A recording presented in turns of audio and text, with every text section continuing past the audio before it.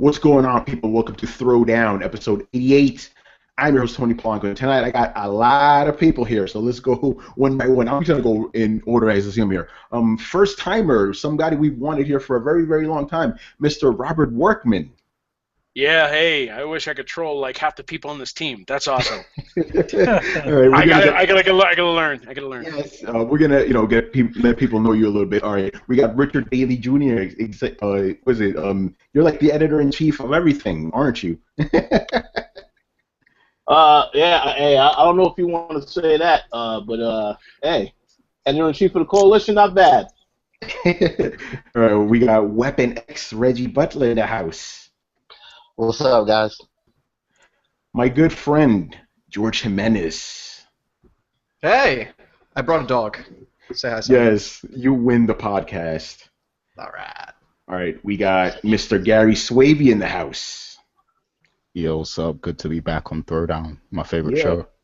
Yes, man. Yeah, you're never up, you're always sleeping, because it's like, what, 3 a.m. for you right now? Yeah, 3:42. Damn, crazy. All right. My co-host, Mr. Emilio Lopez. Why, hello there. Mr. Chris Seeley, the guy who knows everything about Nintendo. Hey, what's up, everybody? And our very own British mascot, Brian Munjoma. Come on, Brian, say something. Hi, I'm Brian. Hello, I'm Brian. I'm not going to say nothing, even though I don't say anything. Well, if he unmuted his mic, maybe. He did. I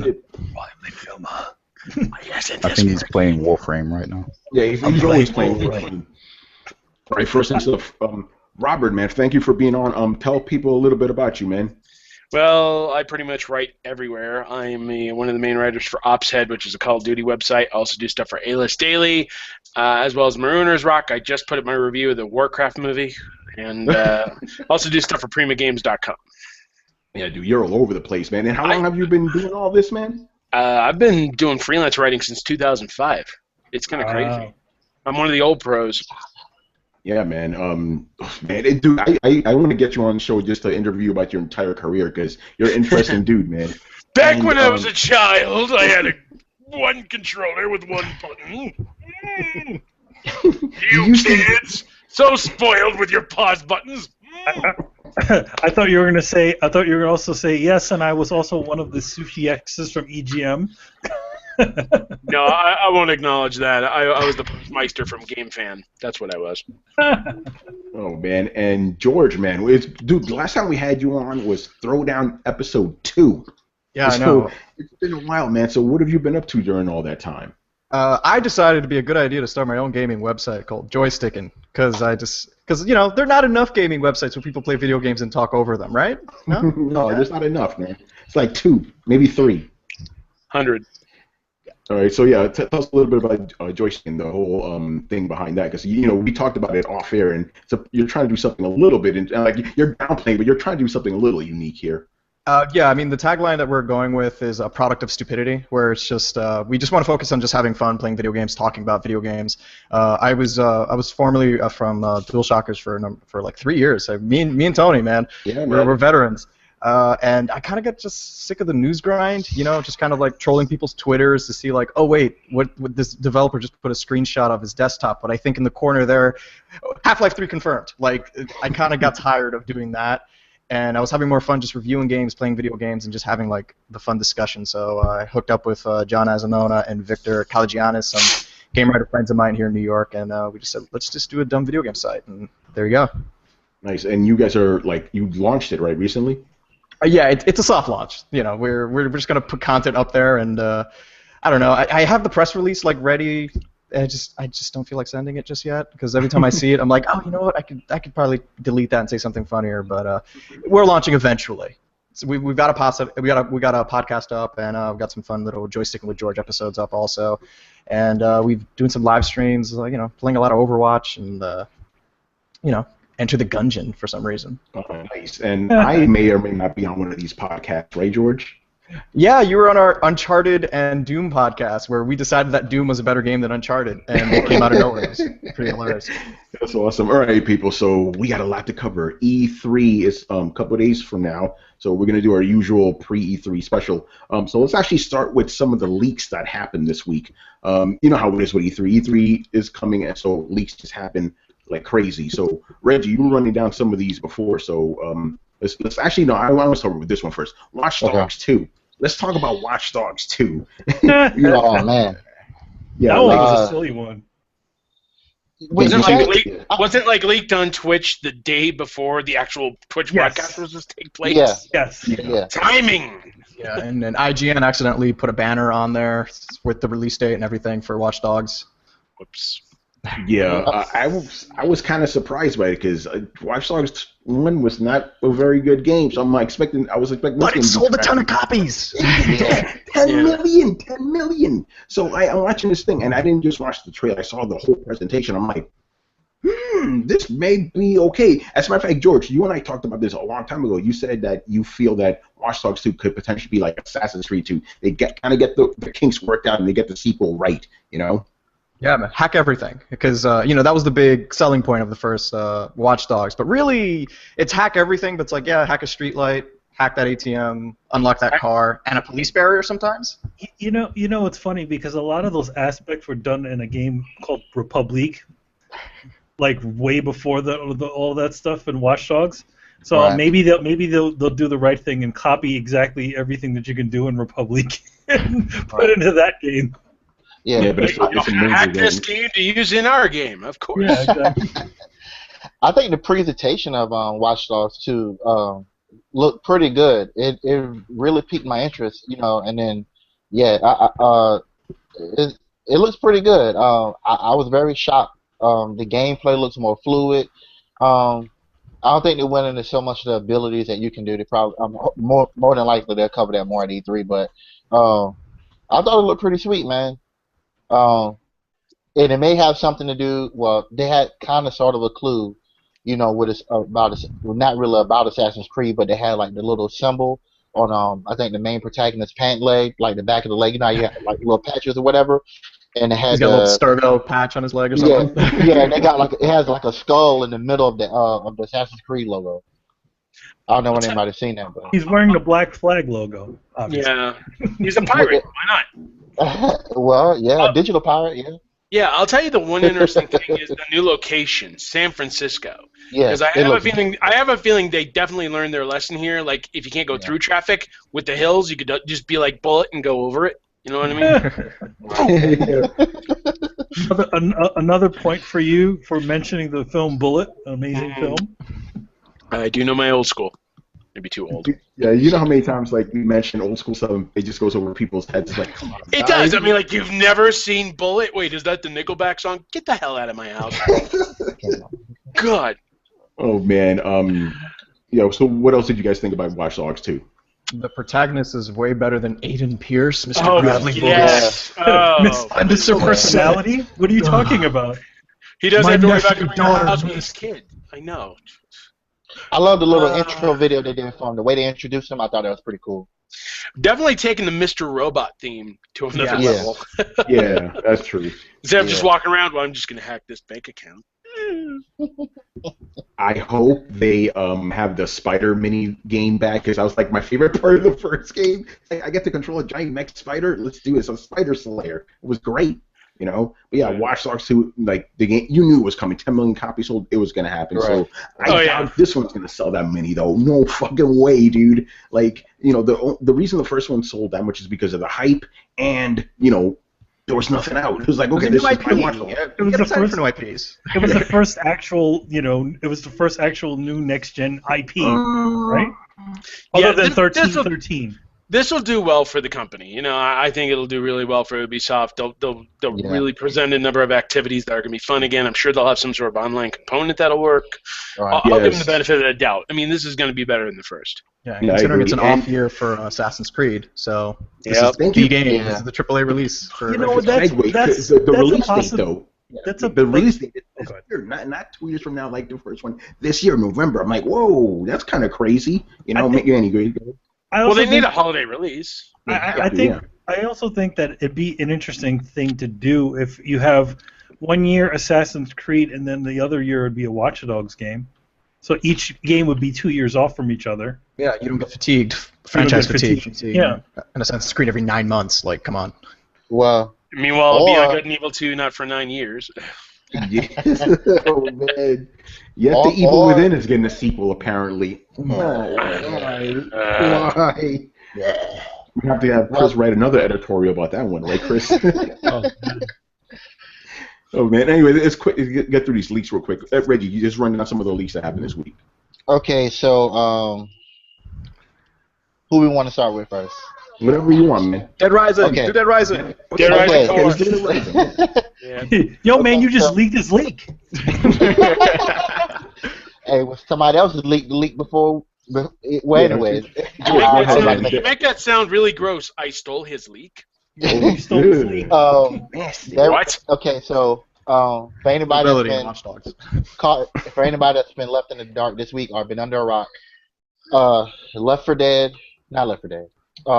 Dead Rising 4 has been leaked to be the Microsoft zombie game, or one of the zombie games that I'll get to another leak in a moment that hasn't been leaked yet, but it's just rumor. But Dead Rising 4 is a game that's been said to be leaked, exclusive to the Xbox One, and it's not necessarily a remake, but the 4 may be leading to maybe stating that it's 4-player co-op on the game, so 4 people can play the game. It's still in the original setting as the first. The mall. Yeah, it's the Willamette Mall, I think. Right, and Frank West is supposed, he's the main guy in this one, but they have a 4-player element in the game. So essentially, it's Resident Evil. What was that game with the 4 players that they made for PlayStation? Yeah, it's Resident Evil Outbreak. Right. The other zombie game is supposed to be the all-time classic party game, Left 4 Dead. Yeah. That's been running around the rumor mill quite a lot. Mm-hmm. Exclusive to Microsoft. Of course, if it's on there, like everything now in Microsoft, it'll get a PC release. Battletoads, people been hearing about that. Yep. And by the way, shame on these guys. Oh, go ahead. I was just gonna say, shame on the guys in the room for shooting down. We don't want to do Battletoads. Shut up. Okay, go ahead. Sorry, Brian. Go ahead, man. Yeah, you're actually here. The grace is with your voice. Yeah, I was having some slight problems, but it's fine now. Anyway, you were talking about Left Dead 3, right? Yep. Yeah. Do you have any idea how big that is? Because Valve doesn't do 3 games. Yeah, they only do 2 and then they stop. Right. Yeah. But we don't know. I mean, this is what somebody told me. The person will remain nameless. But Spencer. But this was one of the major rumors that was going around. They didn't really go into detail about the game, other than that the game is rumored to be coming exclusively for the Xbox One. So you gotta wonder. That's crazy, though. That's crazy that it would be exclusive, because that's Valve, right? Yeah, Valve. Then at the same time, it's has any Left Dead been on the PlayStation? Because I don't think so. No. 1 and 2 were both on Xbox and PC. Right. Wait, so is that just exclusive to console? Maybe Xbox PC. One? Well, it'll be, if anything, it'll be Microsoft and PC. But with the way things are now, I can't see Valve or anybody leaving out PlayStation with the sales and stuff like that. Y'all gotta excuse my daughter; she wants to be in the camera. That's cool. Now, I got a question here. Is it going to be developed by Turtle Rock Studios? Because they've been looking for something to do since Evolve came out. That's the question. Right. Yeah. They didn't say, again, my source didn't say, but that they would be, in my mind, they would be a candidate to make the title for sure. Yeah. I just want Gabe Newell to come out, do this, scare the audience. Left 4 Dead! Yeah. He throws some knives from his knife belt while he's at it. This is what you wanted, you bastards. And as we going through the leaks, y'all free to stop stop. We can talk about it. You know, same as we're doing now.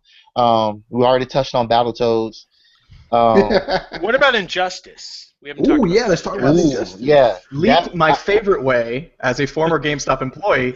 Oh yeah, listen, I man. felt that. I felt that. That was good. Hey, Well, they didn't put an embargo on the assets, so like it was like, of course we're going to post this. Look, but see, this is the Well, thing. see, that poster was probably embargoed because from what I remember my old GameStop marketing days is when they would send you a marketing box that said, do not open until this day.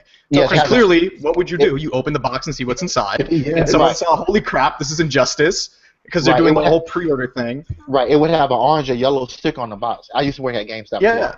And what was the first thing you do? You open it up and see what's inside. Yeah. it's like Christmas. Why would I wait? Yeah, you have it in the back. You take it. You open it. Oh snap! Listen. Oh my God. Look, Except that poor associate probably got fired. Yeah. Look. Now, whoever took the picture, God bless you. And it worked. I mean, the game got officially announced a day later. Yeah, and Ed Boon was pissed. Oh, yeah. I like what he did though. He had his little party list and he crossed GameStop out of it. Yeah, that was pretty cool. But yeah, I definitely want to see it. The gameplay is going to be amazing, and the way the characters look. They're doing the New 52 look. Kind of augmented a little bit. I like it. Kind of funny because New 52 is over now, kind of. Yeah, and the comic Injustice too. So all I want is a Melissa Benoist Supergirl skin down the road. That'd be cool. Oh yeah, that'd be cool. And they may do it. You know, and you know, work for Arrow. Yeah, and pretty much Warner Brothers. You know, they listen to the fans and so they're pretty good about it. Well, I think they do. You know, with stuff that they want in the game. Hey, listen. When it's something easy, like we want a skin, like yeah, sure, you can have the skin. Like, look, it's more like we already got the skin. Look, I want. You want a Goonies Lego Dimensions thing? You got a Goonies Lego Dimensions thing.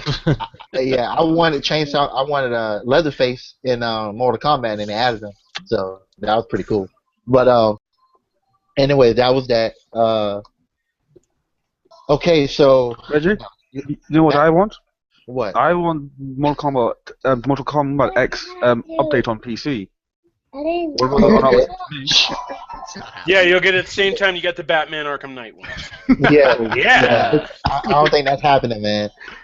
I don't think that's happening. But hopefully, Warner Brothers can get fucked then. Now, hopefully, with Injustice, they learn their lesson and do the PC version in house. Yes. So they can redeem some loyalty. Whatever's left of it for the PC crowd, because once I get rid of my Xbox, I highly doubt that. Like at this point, like more hated than Ubisoft, and that's really an achievement. To be fair, I mean, they've come. It used to be back in the day. We all hated EA. Look at how that turned around.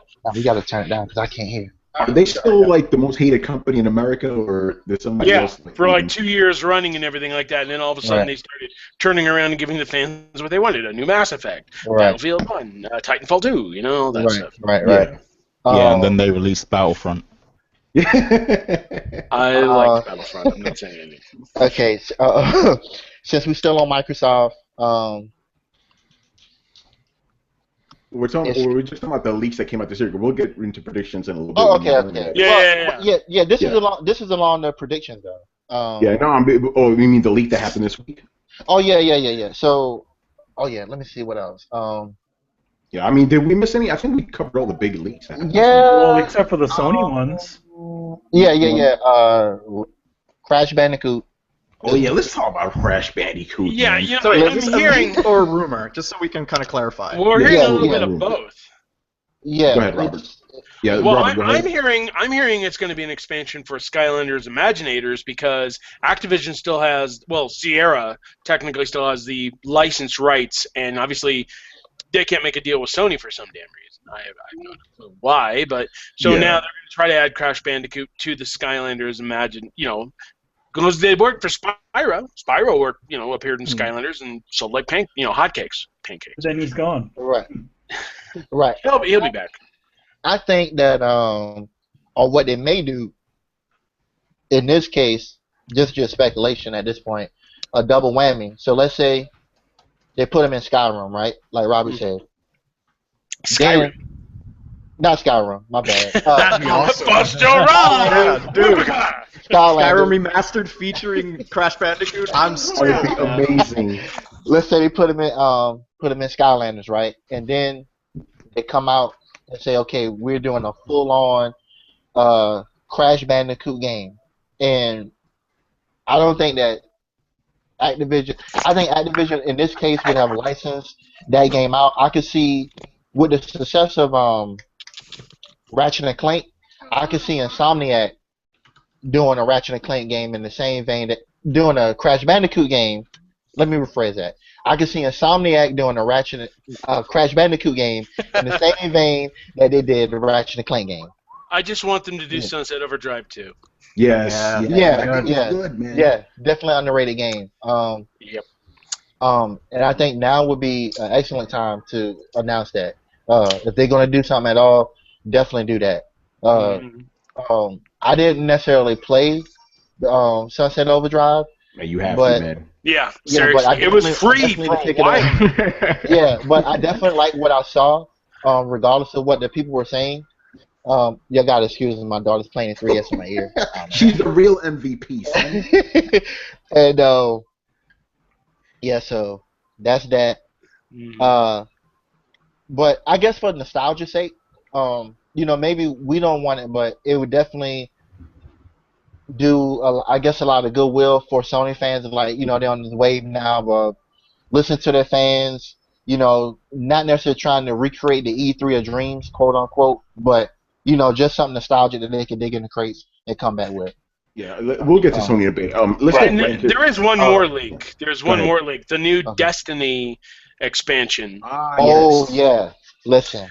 I don't know how I feel about this because it seems like it has a lot more paid transactions than the Taken King. I don't know. I'm ready. Wait, I'm what ready are for it. what are the paid transactions? Well, I mean, it's $29.99 to pay for that, and then from what I heard, to buy certain things in there, it's a few bucks extra. I didn't hear that today. Well, I think if anything, the stuff that you're paying for now, like the not the emojis, but like the different, like the You got dances and stuff emojis in like that. Destiny now. Not emojis, but you know what I mean, like the the emotes, yeah, just stuff like that. I mean, I paid for some of those. Everybody gets a Gallahorn, or Yalahorn, however you want to call it. If you pre-order it, you get the Iron Gallahorn, but it's going to be in the quest line. Just for those that didn't see the stream today, you can go back and watch the Twitch archive. If you pre-order the DLC, Yeah, you get a Gallahorn. Let's You get a Gallahorn, and you get a Gallahorn, and you get Doesn't a it make it less special if everyone gets a goddamn Gallahorn? No, but Wait, is that gun still good? Like, is that still the top weapon that everyone uses? well, we won't know until later on in the summer because there's still going to be ongoing conversations about it. But Hold on. I need to stop you right here. I just need to make sure I understand this. We're pre-ordering DLC now. This is what we've come to. Okay, cool. Making sure I I was understand not that. the only one here that heard that. Okay. when you pre-order the DLC, this is an incentive. How do you pre-order DLC? That doesn't make any fucking sense. Sorry, What? it's DLC. It's Okay, so this okay. game industry is just So, crazy Brian, right now. It's an expansion pack. Yeah, with the expansion. Pre-order expansion, does anyone else have a major problem with that as a concept? Yes. Well, Yes. I do. I know. I I mean, would if I still played Destiny. World of Warcraft had pre-order expansions. I mean, It's still stupid. I don't. It's like pre-order expansion packs but after Brian, a second season pass. It's like hey, these listen, guys are deep in your wallet, guys. These Brian, guys I are know just you in there. I know how you feel, but listen, we all have, our little complaints about it, but this been going on for a minute, man. For a long time. I'll tell you a quick story. I never forget, I was in the Army working part-time at GameStop before I became full-time there. But I no longer work there now. But when the Burning Crusade came out, I tell you, man, I swear up and down, I was the crack dealer on post because people will be giving me money to go and pre-order their game. I'm talking about I had up with at least about like $40, $60, man. I probably made more money for GameStop in that area on post than they got from any local, dude. I'm telling you. So the pre-order and expansions, hey, it's a real thing, man. I'm telling you. I mean, what can we do? I mean, the only thing we can all do collectively, which we know is not gonna happen, is start putting your money where your mouth is and not pre-order it. But people are going to pre-order because, hey, we thirsty. That's just the real deal. Hey, I'm not pre-ordering. Yeah. hey, It's hold on a second. It's like you're pre-ordering digital content. Like you're like you can't run out of digital content. Like that's not a thing that can happen. Like the whole point of pre-ordering was like you securing a physical copy of the disc because it might not be available. So it is your way of saying, hey, I want this. This is me getting like a little piece of it so I can get the full thing later on. But then now it's like pre-ordering digital content. So you guarantee to get the content regardless of like what happens. Like, Right, but I mean, you have to look at it the same way people look at like a beta is technically just a demo now. Like it's Right. more or less a finished Right. product. They're just testing stuff out. I mean, it's just the vernacular is still it's changed a bit. these guys are Rich, taking- hold on. Yeah. Sorry. Rich, can you hear, man? Yeah, one other important detail that I found out before we started recording about this DLC, it's only on PlayStation 4 and Xbox One. Yes. So those that have 360 and PS3, they will not get any more future content from Destiny. Wow. Unless they do the unless they upgrade to the new consoles, Yeah. which we're gonna speak on that when we yeah. I got something down here. Yeah. All right. Let's jump right into predictions. We're gonna go down the line. Microsoft. All right. So this year, we heard talk of the Scorpio. There's another console coming, like a 4K media capable Xbox One. I'm pretty sure that's gonna be shown. Reggie, man, you gotta keep your daughter in check, bro. I'm trying to keep I don't know why she. Mario Kart 7 is an exclusive. Yeah, right. No, but anyway, so I'm pretty sure that's not even going to be a rumor. Like we're going to see a new Xbox One, a slim Xbox One. Right. 4K media, not 4K gaming, 4K media. Probably okay, because right now the Xbox is $300, right? They said that was just temporary. I'm pretty sure it's going to be permanent. It's permanent. I'm gonna tell you right now, it's permanent. Yeah, and I'm pretty sure it's going to be on sale right there and then. You know how they always do that at E3s when they introduce a new Xbox. Like, okay, it's on sale now, guys, go for it. So Microsoft. Let's just get in here. What do we think they're going to be showing? Because go ahead. I think the big one will be Forza Horizon 3. Because this is going to be like an even more detailed racing game than Forza Horizon 2 was. And Forza Horizon 2 blew the doors off of Drive Club. Let's just be honest right now. It really freaking did. Yeah, that was a hot mess. I want Battletoads 2. I don't give a damn what anybody thinks of me. If they get Yacht Club Games to do it, I'm in. Yeah. They'll show Robert, some. I'm with you, man. I want Battletoads, man. They'll show some Recore gameplay. They'll announce a release date for Cuphead. They'll show more. Yes. And they actually showed some video from Cuphead today, and it actually looks like it's got really hard platforming segments. Yeah.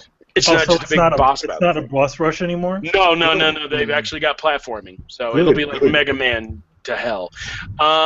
Exclusive content for like Battlefield 1, Ghost Recon Wildlands, and probably Watch Dogs 2. They'll do something like that. But the big one I want to see Microsoft make a deal with Rockstar for Red Dead Redemption 2. Look what they did with Rise of the Tomb Raider. That came out of nowhere. Granted, it didn't pay off, because it went to PC 3 months later. But still, it was a bold move at the time. So Robert, I would not be surprised if they. How would you feel if I would love a Red Dead 2, but what do you think is the likelihood that they just come out and say, hey, Red Dead Redemption is now backwards compatible on the Xbox One. Get it today. They'll have Red Dead Redemption HD at least, because they showed a render from that. So they'll say it's available today, and if you don't like that version, we've got the 360 version available for downloadable. But I think Rockstar is due for an announcement. We haven't gotten a new game from them since Grand Theft Auto 5. It's time. Mm-hmm. So that's what I think of Microsoft. I mean, we'll see some stuff that's HoloLens. We might see WB reveal a trailer for Shadow of Mordor 2, which would be nice. We'll see Gears, I assume. Because I'm hearing whispers about that. Monolith's been working me on too. something, and Shadow of Mordor is amazing. So Yes, and that's all about. I see in my, Halo Wars 2. We'll see more gameplay. Crackdown. We'll see more gameplay in a release That's date. definitely gonna be there. Oh yeah, Crackdown's Sea gonna of be Thieves. ridiculous. Sea of Thieves. What about that? That's the new game from Rare. No. What about it? You think you're Sea gonna of be showing Thieves. it? Yeah. It's gonna be there. It's there for sure. I heard it's They're going to show it. be online, like online only, but it's going to be like you can team up with friends in open world quests. From what I heard. Like Destiny and the Division. Yeah. So hopefully not like the Division, because I know. And with this title, I hope that this is a hit for Rare, because if it's They need not, one. they need. Well, Rare Replay was pretty good, but yeah, an original game would be nice. Yeah, they need it like yesterday, and this definitely, what I always told people is that Microsoft. I mean, we already know they don't really have a whole lot of studios. If you can count them on one hand, really, if that. But I mean, I'm not picking fun at them, but if they could get more varied, get the studios to do something different, I think that will go a long way. Try to close the book on some of the older titles and do something new and fresh. Yep. Do you guys think that the Scorpio will have any mention at the show? Okay, I hope, but I don't, because the thing is, if this is coming 2017, like you say, might be a little too early to announce it, They'll do the Slim first. They'll do the Slim first, and then they'll probably introduce Scorpio like next year after they see what PS4 does with its Neo tech. Yeah, because I'm pretty sure the Neo was going to get announced, right? But Scorpio, a little too early for that. I would like it, but again, we'll see. But if it was Scorpio, have Al Pacino come out. I'm Scorpio. Again, old school, man. Over your heads. No, Chris got it. Chris, will say that again. Xbox Serpico. You're all dirty. Oh yeah, I'm sorry. I just figure Al Pacino. If they can get Paul McCartney and Ringo Starr, they can get Al Pacino. Exactly. They dropped a car from the ceiling last year. Microsoft can do anything. All right. Well, they didn't drop. They lowered it. You make it sound lowered it. Yeah. They gently lowered it from the ceiling. Yeah. Descending. I wonder if they're gonna have those wristbands again. Those that light up. Yeah. I swear to God, I was expecting it to turn green. You will do what we say. What you say. But those wristbands actually lasted a pretty long time. Like mine, was glowing in the closet for a while because it reacts to motion. Right. It lasted longer than the 360. Well, I did it have a red light? Yeah, it turns red after. Got the red ring of death. Well, with the Scorpio, I think that Microsoft hand might be forced to announce it, because what I'm thinking that happened was when whoever leaked the documents, right? Okay, I think it was only meant for us to know about the Xbox Slim and not the Scorpio. But then when both of them leaked out, it's like, okay, now it's kind of like, what do we do at E3? Do we shoot ourselves in the foot by announcing it, or do we not announce it? But now it's so much, with Sony and the Neo, that I can't see Microsoft not announcing it. And then Sony brings the Neo to the forefront. It's like, okay, what now? And the whole thing is, the Neo will come out before the codename Scorpio. So, I think it's a catch-22 for them. Yeah, I mean, here's my thing. I don't think Xbox, they need to sell consoles, right? So if you're announcing, if you announce that you have this new 4K system that's bells, it's like 8 teraflops, whatever the fuck that means. By the way, we have a Slim, people are going to be like, no, I would rather just wait for the better thing. So you would release your Slim version, move consoles, and then make the big announcement like, hey, if you hardcore and want the better graphics with an X or something, go for the Scorpio. Right, exactly, and that's what I was talking about on the last podcast, the last Throwdown I was on. As okay, if you're going to do a system, just go directly to the next iteration of it. Don't if it's going to be the Xbox Scorpio 1.5 or whatever they want to call it, just do that. I don't see the advantage of I'm gonna release a Slim Xbox One with a 2 terabyte hard drive. My PS4 already got a 2 terabyte. hard drive in my PS4. I mean, it don't make any sense. Just do that with the Scorpio. Just do that. Just come out with it. You know, if you fighting, you gotta meet them. You gotta go toe to toe with the person. Don't, okay, I'm gonna throw my punch later. It might be too late. Yeah, but it's still too early for the Scorpio, though. I agree with George. It is. It really is. Way too early. So what are you telling people right now? Like, I get people who come up and ask me, like, hey, I want a PS4 or an Xbox One. I'm just telling them, you should just wait. Don't buy anything until the Neo or the Scorpio comes out. Like, that's what I'm doing. Because my plan is buy a PC.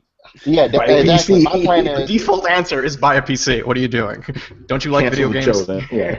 You would have nothing to debate then. Just get a PC, right? Yeah. No, but they're not gonna. Scorpio's not gonna be announced. They're gonna show that slim console and that's it. Because they still need to sell more Xboxes. What do they sold, like 21 million worldwide or something? They want to get that number up as much as they can before they go to the Scorpio. And I still maintain that the Scorpio is actually the Xbox quote unquote too. It's like, just go to the next generation already. It's been 4 years. Just wash away the taste of this generation, because this generation has been horrible for Microsoft. Just skip all that and just move ahead. That's what I suggest they do. And the rumor is that they're supposed to be using Vega, AMD. If you see like the, what is it? Chris? Is it the processing power or the CPU? I forgot which one it is. Like the graphics cards. Like, I know Sony's supposed to be using the Polaris, right? And Microsoft's supposed to be using the Vega, which comes out 2017. Yeah, but the real question is, what has more teraflops? Yeah, and also the next question is, what is a teraflop? all I can imagine is all of us at the bar be like, I bet I can do a backflip better than you. Go! Teraflop! Chris actually broke down what a teraflop is, but you're right. It's like these guys are arguing like, oh, the Scorpio is any better than Neo because it has more teraflops. It's like, you guys don't know what a teraflop is. Seriously. It's like you just heard 6 is higher than 4 and you're going at that. You're fucking stupid. Look, I know what a terabyte is. I know what a pterodactyl is. I don't know what the hell a teraflop is. Right. Hey, Robert, you're old school. You know what bits are, right? 8 bits, 16 bits. Yeah, I know what bits are. Yeah. I understand that, Well, hey, Chris, get in here, man, because you're a Xbox guy for a while. You had Xbox One since day one. So what are you anticipating from this? Because, dude, I'm telling you this because I'm ready to sell my shit. I don't even play this thing anymore. I'm selling mine. I'm selling mine straight up. Ain't even no question. Yeah. Chris, well, I kind of hope, and I left this out of my predictions, I hope they talk about the Shadow Lords feature in Killer Instinct. I hope there's a season 4. And there's 2 more guest characters. I think one leaked already. That's General Ram is going to be the next guest character. The other one I'm hearing, the other one might be Conquer, which that'd be but they already stuck Rash in there, so that wouldn't surprise me at all. Yeah, It'd be funny to saw one of his moves like peas on you, fire. Yeah. It'd be a lot better than Project Spark. I'll give it that. I think it's highly likely that you will see a season 4, because that game has picked up a lot of steam. The community is growing for the game. It have a very eclectic roster of characters. So yeah, it's pretty cool. Yeah, no, I do like it. I think they'll spend a lot of time on Gears because that'll be the flagship game this year. And Halo Wars 2, don't forget. But you see, Halo Wars is that's niche because it's on RTS. It's a console RTS. It's not. I don't know how much I would pull in Halo guys, right? It's a completely different animal than Halo. So we're all forgetting the whole big Xbox on PC, Xbox as a platform push. Like I'm pretty sure they're going to spend at least 20 minutes. Hopefully, I'm optimistic. I'm hoping they only spend 20 minutes. Like Halo Wars, I think that's going to be reserved to be like, hey, if you like Halo Wars, it's going to be on Xbox One and PC. Right. Yeah, I think we're gonna get that in general. It's like, hey, this game's coming to Xbox and PC. We're gonna get that for everything. That's my prediction. Every big Microsoft game, including Halo, coming to PC. I guarantee that. Yeah, Guardians will get announced. Halo 5 and Forza. Guardians will get announced for PC for sure. I want to see. Yeah, go ahead. Gary, right? Go ahead. Yeah. I was just going to say, I think we're definitely going to see Halo 5 Guardian and a Forza game come to the PC. And I'm hearing I agree. two Forza games are going to be announced, I'm hearing. So I don't know what the deal is with that, but I think we're definitely going to see Forza on PC. Yeah, hey George, how do you think they're gonna be able to sell this whole marriage of Xbox and PC to the guys who don't necessarily want them, to share the same environment, Because there's some guys out there that's like I don't want to play with those PC guys. That's stupid. Thank you for saying that. That's stupid. Well, put it like this: where do you make money? You make money in selling software, right? And last I checked, there's a bajillion PCs out there. So yeah, you know what? If you can offer Halo on PCs or Forza and stuff like that, you're just selling more copies of your game and you having more people playing it. And to me, that's more people who are going to spend $10 buying requisition packs and all that. More people playing your game is not a bad thing. Yeah. So I don't understand. I never understood the apprehension of like, no, this is my little pool, you can't jump in. It's like, no, the more people playing it is a good thing. Right. Yeah, that's always been my thing. It's like, okay, you literally have, let's say you Sunset Overdrive, right? You like this game. If a lot of people buy it on PC, that means you're going to get a sequel. How is that a bad thing? So, and then it's like Microsoft. Here's the thing, they're like, oh no, we want exclusive. It still is exclusive, right? I mean, PCs are kind of Microsoft things now, right? They're Microsoft systems potentially, so why not, It's the whole Windows 10 thing. Like, yeah, they want stuff on Windows 10. That's fine. I mean, the money is all going to the same pocket. Like, who cares what platform you're playing it on? Like, I don't want you to put the money in your right pocket, George. I want you to put it in the left pocket, okay? Right. And to add to what George was saying, there was an article that came out, I believe today or yesterday. I know I seen it on NeoGAF. Somebody took a snippet of it, and basically they was talking about Fable Legends and what happened with the process of that cancellation and how most. I'm paraphrasing here, so it may not be all the way correct, but I know this was in the actual article. But basically, they were saying that when a game comes out or in the process of making a game, with the numbers that's out there for each system, it sets the, I guess they kind of set the bar for how much they may sell. So money-wise, like let's say like Uncharted came out, right? So it's 40 million units out there. So your chances of the game making more money, a good game making money, is higher because you have more of an install base out there.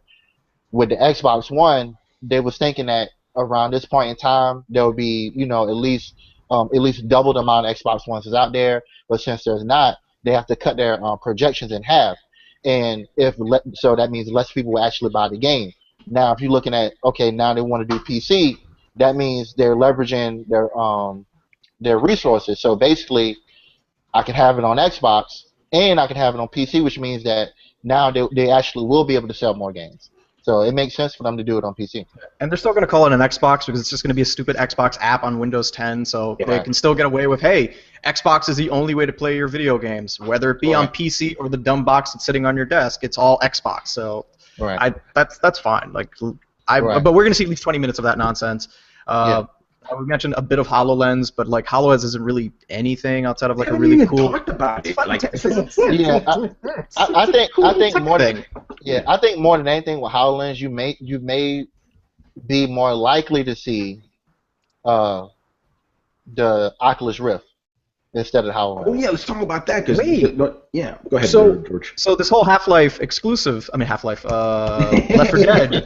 I know, I'm sorry, I got everyone excited. There goes the trolling. Yeah. So maybe this Left 4 Dead partnership with Valve is to be something where it's like, hey, it's going to be on Xbox One exclusively or Xbox, and technically, that's also PC. Yeah. Is this going to be some weird backdoor thing to saying like also Oculus Rift on Xbox One? Let's announce this really fun partnership. Man, that would be a hell of a way to sell some Oculus Rift units, man. I'll tell you that, Yeah, I don't know. If there's a consumer version, like a cheaper, here's the Xbox branded Oculus Rift that's like $100 cheaper. Oh yeah, by the way, it still works on PC if you'd like to jump back and forth. Like Xbox VR, right? Yeah. Yeah. It's still VR. Yeah. And like the Left 4 Dead, like I was saying before, they should make the Xbox VR essentially the size of an Xbox One. So you just put it on your big brick on your face, or make it as big as the old virtual reality helmets. Like the ones that used to play in the arcades. Yeah, you mean like the ones where you put them on like this and all of a sudden clunk? Yeah, exactly. Right. Everything's got to be bigger on Xbox. Build your neck muscles, man. Yeah, exactly. Can I just slap some like some real talk here? Given how how powerful, quote unquote, the Xbox One is, Teraflops. it won't happen. Like the Xbox One is just not powerful enough to support VR. I'm sorry, but it's not. The same thing with the PS4. Like when VR was announced for these consoles, I was like, yeah, it's not gonna fucking happen. These consoles are too weak for that. Right. That's just the reality. I'm sorry if I heard people speak, like fifis, but yeah, that's not gonna happen. Well, okay, so we'll get to that on the Sony part. Maybe for the Scorpio, since that's more powerful, but for the Xbox One, yeah, it's. So you think it might be wiser for Microsoft to hold off on wiser? It is wiser. Yeah. I mean, gimped the games. Yeah, and I do agree with Brian. The games already on Xbox already gimped as fuck. Yeah, like imagine that with like less power, like they'll be like 240p. What the fuck? What if they melt everyone's mind? What if the Scorpio is really just an Xbox branded PC running Windows 10 with an app on it? Like a Steam box almost? Yeah. Oh, that's a possibility. Yeah, because that one's so well. Can you install? Yeah. Steam box is selling like gangbusters, man. The main question will be can you install Steam on it? If the answer is no, then it's going to be destined to fail. Simple as. Well, if it's running Windows 10, I don't see why not. It'll be destined to fail even harder. Damn. Unless you like Angry Birds. Yeah, unless you like Angry Birds. I mean, seriously, like, find me a PC gamer that actually enjoys Windows 10. Right. Like, seriously, I have it on now. You don't enjoy That's Windows like 10, you just tolerate it. That's like asking a person who eats ice cream to like pistachio. No. I think soon Microsoft is going to auto upgrade your Xbox Ones to Windows 10. So you gotta watch that. Now loading. Well, Gary, while you're saying that, let's not forget, the end of the month is kind of the cutoff for the Windows 10, or for Microsoft pushing out Windows 10 on the PCs, and they get more aggressive.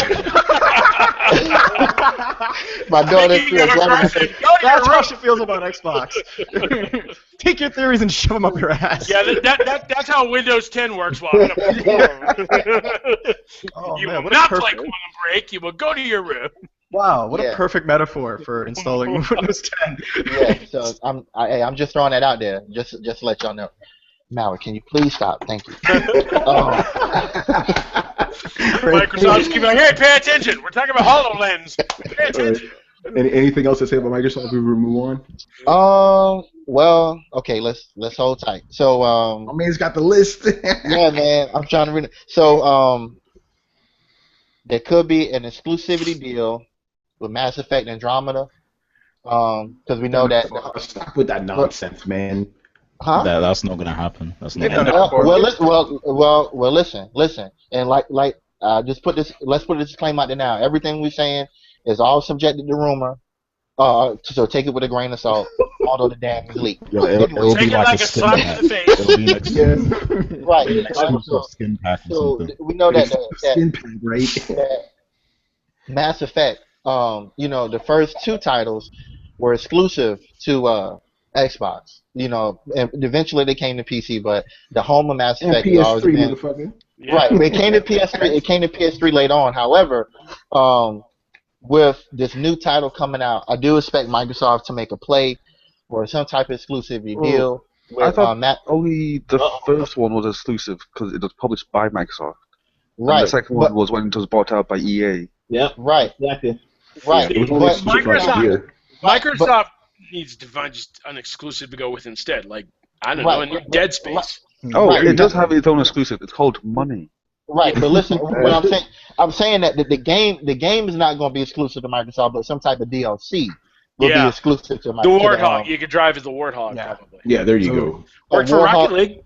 No, a Warthog in Mass Effect. Yeah, for the Mako. You get a Mako skin, man. Yeah. You know what? They're making Garrus on the gun in the back.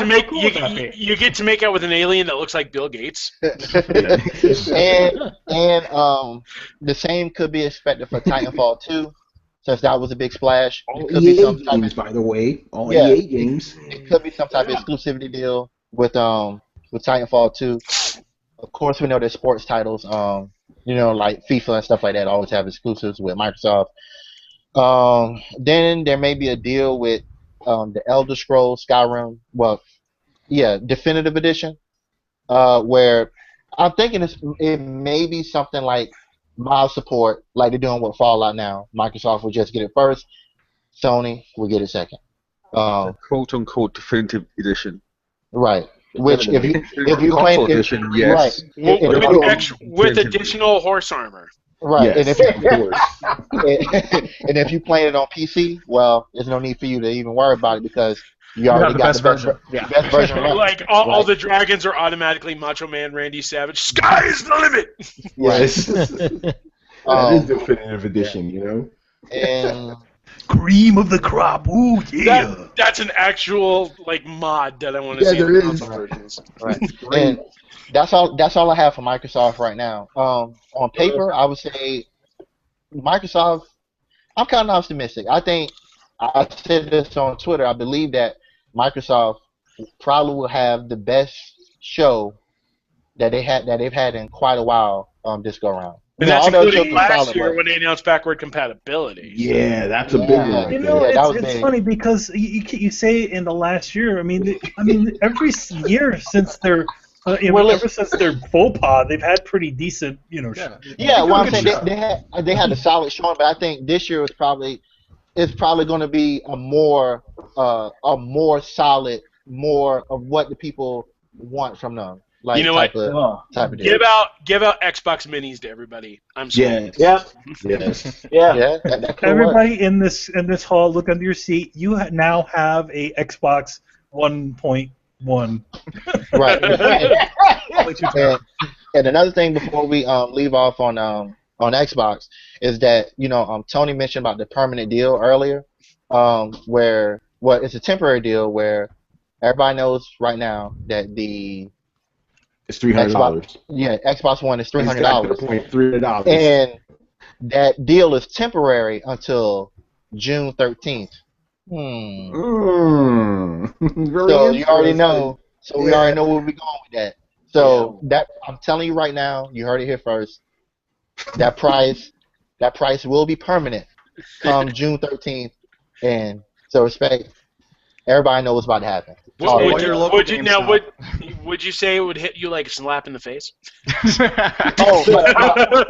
My daughter was throwing the glove earlier and it slapped me in the face. I'm just wondering. Microsoft always does a pretty good show because remember the objective last year was like look at all these games that are coming out this year. Yeah. Right. Which was like a direct counter from the Sony show later on, which was Sony was just like, look at all these great games we've announced. Coming whenever. Coming soon. Look, Shenmue, Final Fantasy, you like that, right?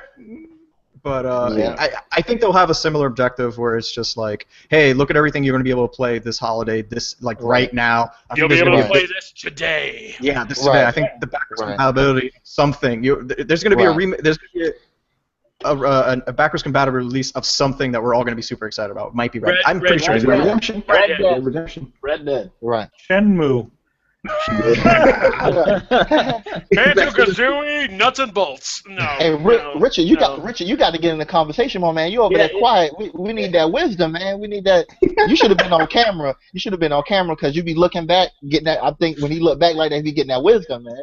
Well. Unfortunately, I can't be on camera because apparently slows down the connection over here. Okay, I got you, man. But I do want to say something real quick. First and foremost about the Microsoft's conference.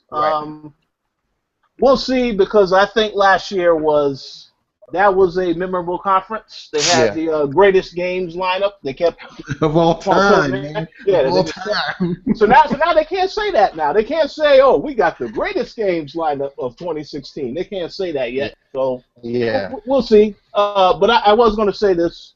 I do think there's two other games that I do think are going to get mentioned at some point. I don't know if they're going to get mentioned at the conference. I don't know about the Left 4 Dead 3 stuff. You really surprised me with that one. I hope that's true. Hey, listen, man. Listen, I'll be trying to work, man. I just like Mama said, a closed mouth don't get fed, so you need to ask. Yes, absolutely. Well, holy shit, Brett showed up. Hey, Brett. Hey guys, what's up? What's going on, man? You missed all the fun. People getting slapped, and it's just Yeah, you missed Reggie's daughter. She's the MVP of the show, man. It's crazy. It's a wild show. Anyway, so let's move on. Let's talk about some Sony now. Robert, what's going on, man? Why don't you? Yeah. Why do I have a feeling that Sony is just gonna announce a ton of sequels? I mean, we're talking Knack 2, we're talking The Last of Us 2, God of War 4, or Norse Edition, I guess as some people might say it. You know, a new Spider-Man game by Sucker Punch. Ooh, that's exciting. Some Ace Combat 7 gameplay, some more of the Infinite Warfare single-player thing, because that's what we want, right? Not multiplayer. Yeah. An exclusive deal with some EA game. It's not going to be Battlefield. It'll probably be Titanfall. And, or Star Wars. Star Wars thing. I think the thing that tripped me out when we were doing all this, we were talking about how Hideo Kojima, because he'll be able to come back to these three now that he's not under the thumb of Konami, which is great. And we were talking about what's he going to announce, and I was like, Kojima Land.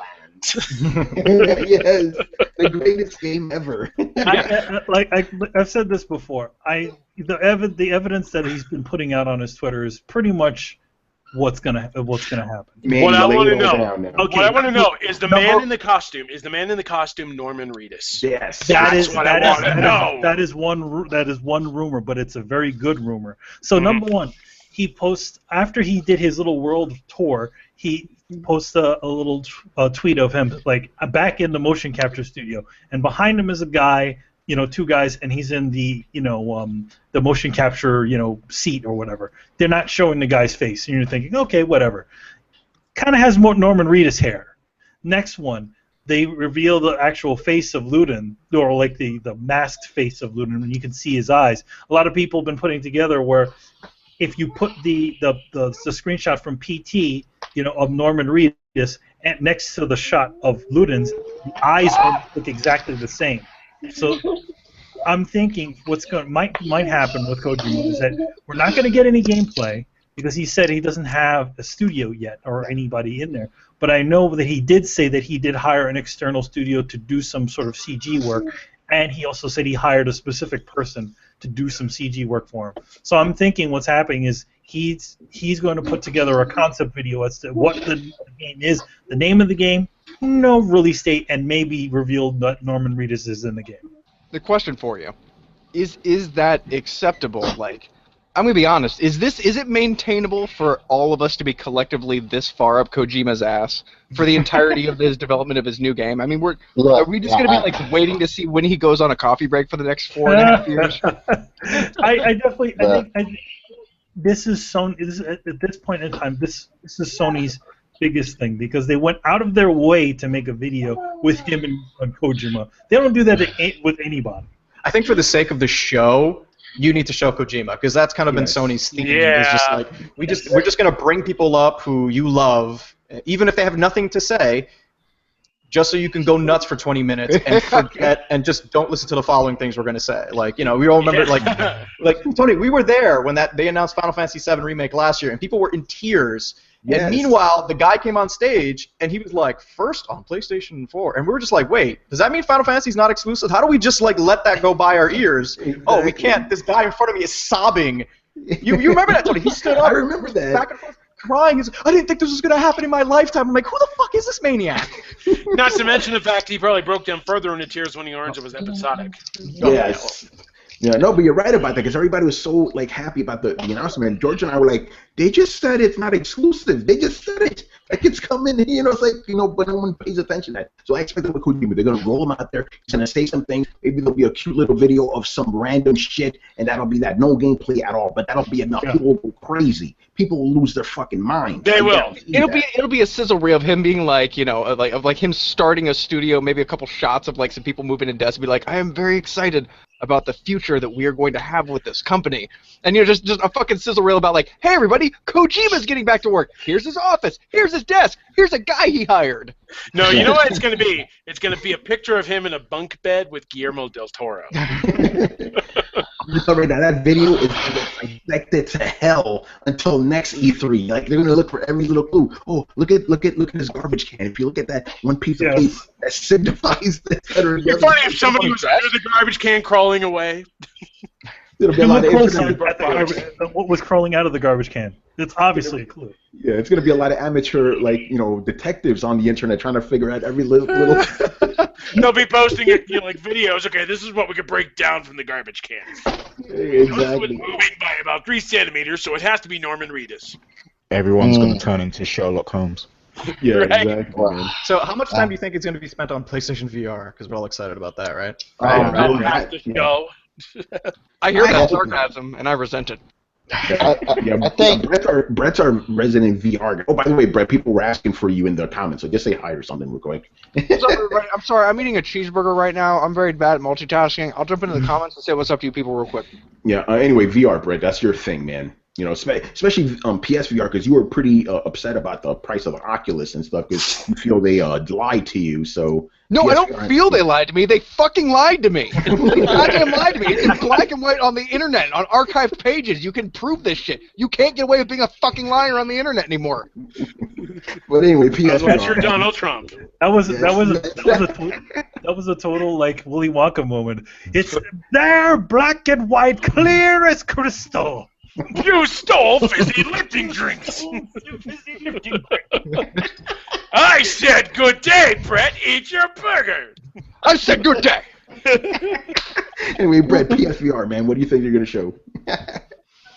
I'm hoping they're actually going to introduce us, like I know that we've had glimpses and we've had, hype and everything like that. I'd like to see some of the games that I suppose that they've been working on. Like, I've said it before and I'll say it again. I feel like there is just some stuff missing in Sony's roster. Like, if you've been following them, for the amount of studios they have, and maybe they've just closed down so much that I haven't realized how much they've downsized, but they've been unusually quiet, and I'm guessing that there are some things behind the scenes that they haven't wanted to really bring out on VR. So I'm really hoping that they expose VR. They really introduce us to VR in the sense that, like, we're going to see the launch lineup. We're going to see how the system actually works. We're going to see the specs that it actually runs at. We're going to see the system maybe in full consumer use as opposed to just kind of like a... the Iron Man vision thing? None of that? Yeah. So do you think, does the PSVR have a date? It's October, that's all he said. Slated sometime for October. It makes sense because what does Sony have right now, first party, that's coming out this year? Aside from VR, it's going to have to be this big VR push of like, you have a PlayStation 4 ready, this is what you need on it. First party. Yes, because Horizon got pushed back, remember? That was... Gran Turismo Sport. Gran Turismo Sport. Last Jorge's shaking his head. Last Guardian's coming this year, so... Are we sure about that? Yeah, we'll see about that. I've been lied to before, man. Yeah, we've been down this Last Guardian road before, all right? Wasn't that game announced like 7 years ago and still not? They never announced when it was coming out. They just showed it. If they show us more than that intro scaffold level that they showed us 10 years ago, then I'll believe that the game is coming soon. But no. If they can show me like a disc copy and someone like taking that disc and putting it inside a PS4 and it playing, then I'll believe them. Until Mighty Number 9 gameplay kicks in or something. I don't think we need no Cheetos explosions here. We got the Sony Ben game, Dead Don't Ride. Supposed to be like a survival horror type game. What about that David Jaffe one? Drawn to Death. Yeah, that could possibly come this year as well. You know what? Is anybody else want a new Twisted Metal? Because they kind of like Twisted Metal Black. Because I liked the PS3 one, but I want one like Twisted Metal. Dude, I want a new Burnout. That's what I want. Yeah, but we're not going to get a new Burnout. You're not gonna it hurts me. It's sort of like asking for a new Split Second. We're not going to get that. It's not. Or a new driver game. It's one of those dreams we have to let die. Yeah, SOCOM. No more of that either, Brett. Well, but the spiritual successor to SOCOM is supposed to be H-Hour, and they've been quiet for a while. Probably because of SOCOM 4. Yeah. So I'm not really hearing any craziness coming out of Sony. We're like, what's you want crazy. You want craziness. I want the crazy, Robert. Okay. Give me the craziness. Okay, Naughty America will team up for a PlayStation VR game. Yes, man. Dude, when I heard about We're talking about exposures to buy VR. No, I do think Red Dead, like we said earlier, Red Dead Redemption 2 will either be with a Microsoft exclusive thing or a Sony exclusive thing, and Sony would be the more beneficial party for Rockstar. Right. But the game will come out for both systems. It's just a matter of who gets the exclusive stuff first. Who gets the announcement? Right. And I'm hearing the deal for Rockstar for Red Dead Redemption 2, if it's to be believed, is leaning heavily towards Sony. Which would be really. But I mean, it's got to come to Xbox One too. You know. Yeah, it's coming to Xbox One, but Rockstar whatever. They want to sell as many copies of that game as possible, and they're not going to do that. Oh, it's going to sell. Yeah. It's going to be ridiculously good selling. Here's my question though, because the first game didn't come out for PC. You think this one will? Oh yeah. Yeah. I mean, you look at Grand Theft Auto 5. When it came out for PC, people went ape shit for it. Yeah. Right. Crash Bandicoot. I want to see people modding horses and stuff, man. I'd love to see a new Crash Bandicoot, but I think it's going to be the Skylanders thing. So all my JRPG people, I guess we see Persona, right? Yeah, Persona 5. What about Final Fantasy 15? Dark Souls 3? That's a good dark horse kind of prediction. It's not going to happen. Yeah. But it would No, be it's not. Well, we said the same thing about Final Fantasy VII Remake, and boom. Do you think they show it? Do you think they actually show something about Final Fantasy? Like, do we see here's like a 5-minute demo of Final Fantasy VII Remake? I really want to do Kingdom Hearts 3 instead. Oh, okay. I just want to take this point. Kingdom Hearts, they not, as far as what was said today, I don't believe they're going to show Kingdom Hearts 3 at all. They kind of saving that for a winter announcement, but I think if Microsoft pulls something crazy out of their butt, you will see a Kingdom Hearts trailer that is going to be slapped together like that Final Fantasy trailer. Yeah, or you could see a teaser for The Last of Us 2. Yeah, break in case of emergency, right, George? and I want to see God of War in the Norse thing. I want to see him go against some Vikings with facial hair. I want to see him with facial hair like this. That scene of Kratos punching Thor incessantly in the face. Chris was reading my mind. That would be one of the greatest battles in the history of God of War. Yeah. Kratos versus Thor. Oh my God!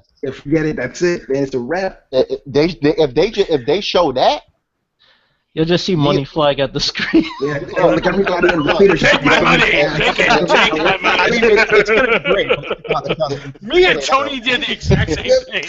And I'll tell you like this. If they show that, hold on, Jared, this is going to happen. People, imagine you're at home, right, watching this. Like when that gets announced, you see the trailer, and all of a sudden you see bills just going up at it. You know what's going on? Then they turn the camera. Everybody's just, take my money! Oh my God, he's punching Thor in the face. This is crazy.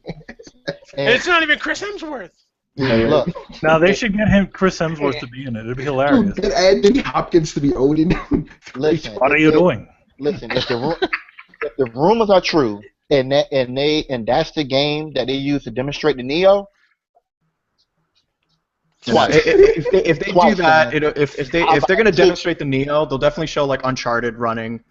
For sure. For sure. About that. You're right. Without your system sounding like it's going through like an airplane. Yes. Right. And while we're on it, there could potentially be a $50 price drop of the PS4 as it stands right now. They'll have somebody come out and say $2.99, then leave. Right. And okay, so we was talking about the PlayStation VR earlier, and I believe Brian was saying that the systems aren't powerful enough to run VR. With the PlayStation VR, I guess for the original PS4 or the PS4 as it stands right now, has a breakout box, right?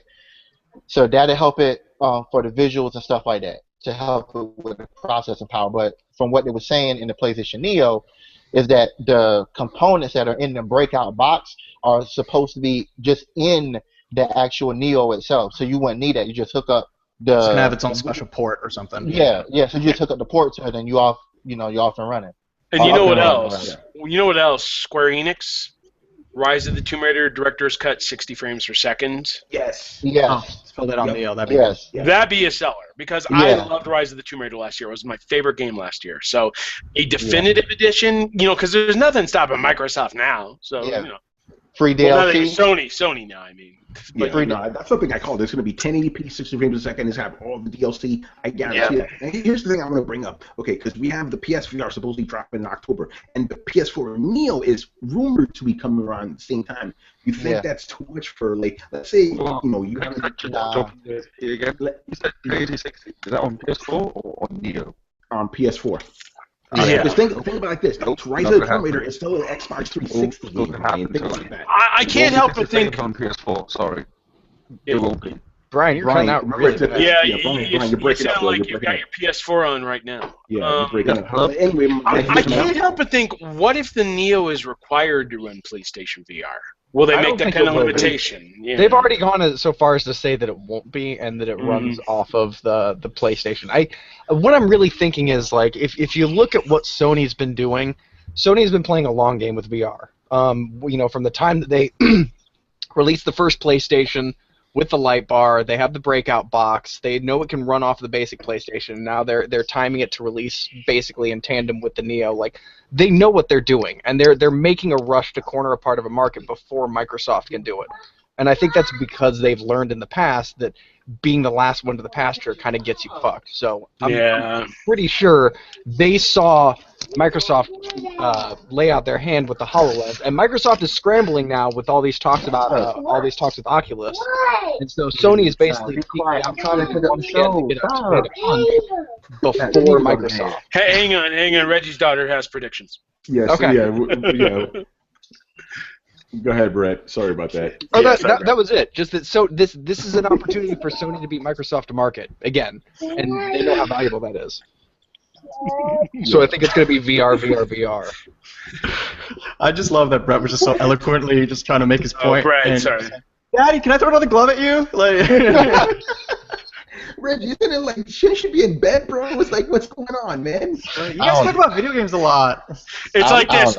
It's like this. I want to talk about PlayStation VR. Poof. Hey, but George's dog is on screen, so there you go. I mean, there's dogs and little girls going on, man. I maintain my focus. Han Solo's in this goddamn podcast. Yes, that's very true, man. But yeah, like, you're gonna have potentially two new machines by little girl. So you have two new machines. It's not gonna be too much money, like, for people. It's like, what if you don't have a PS4, right? But you want to get into PS4 and PSVR? Like, it's not gonna be. You can buy a VR now and upgrade to PS, whatever the fuck they're gonna call it. Is that the final name? I think so. It's PSVR. PlayStation VR, yeah. No. The new system upgrade. No, it's like a code name. So Sony has a hard-on for Matrix code names. Yeah. Okay. So whatever the fuck that ends up being named, like, you can buy that later. Like, I think that's the reason that that Sony wants to make sure that their VR system works with the base PS4 that everybody already has, and then it just works better with the new one. So you'd be like, I don't want to spend the money. I'm just going to buy the VR headset. And you're like, it's good, it's fun. And for some people, it's going to be enough. Like, how some people are just be like, I'm just going to stick with the Xbox One Slim. I don't need 12 teraflops or whatever the fuck it is. Like, would it play the games I want to play reasonably well? Maybe. Like. Yeah, and there will be a lot of people that stop there, and I think that's fine. But I think that there will the people like me will be like, oh, this is awesome. Fuck, now I need to spend $500 on a new fucking PlayStation. You got me, Sony. You fucking got me again. But yeah, what games? Brett's awfully bitter. No, been burned before. It's a happy kind of bitter. Like, you know what? I'm fine if you want to basically get me into a position where I'm like, God damn it, I have to own this thing. Here's $400 that I don't have.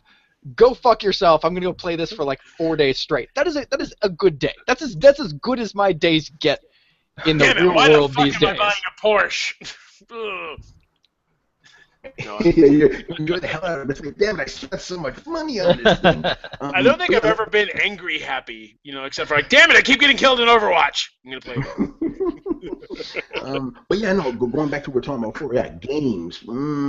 Somebody's kind of light on them this year, Do you think a lot of these games are just coming to the PSVR? Because that was my theory. I'm like, do you think they're making the first-party studios hold off, on making games for the regular PS4 just to make PSVR things? I think what it is, they're announcing for both platforms. Because last year they announced Res Infinite for both PSVR and PS4, 100-Foot Robot Golf, which, by the way, I need to play. because it looks friggin' hilarious. Yeah. Ace Combat 7, I think they're trying to balance it out. So, like, if you use PlayStation VR, you can get more, intense features out of it, but you don't necessarily need it if you just want to play it on your system.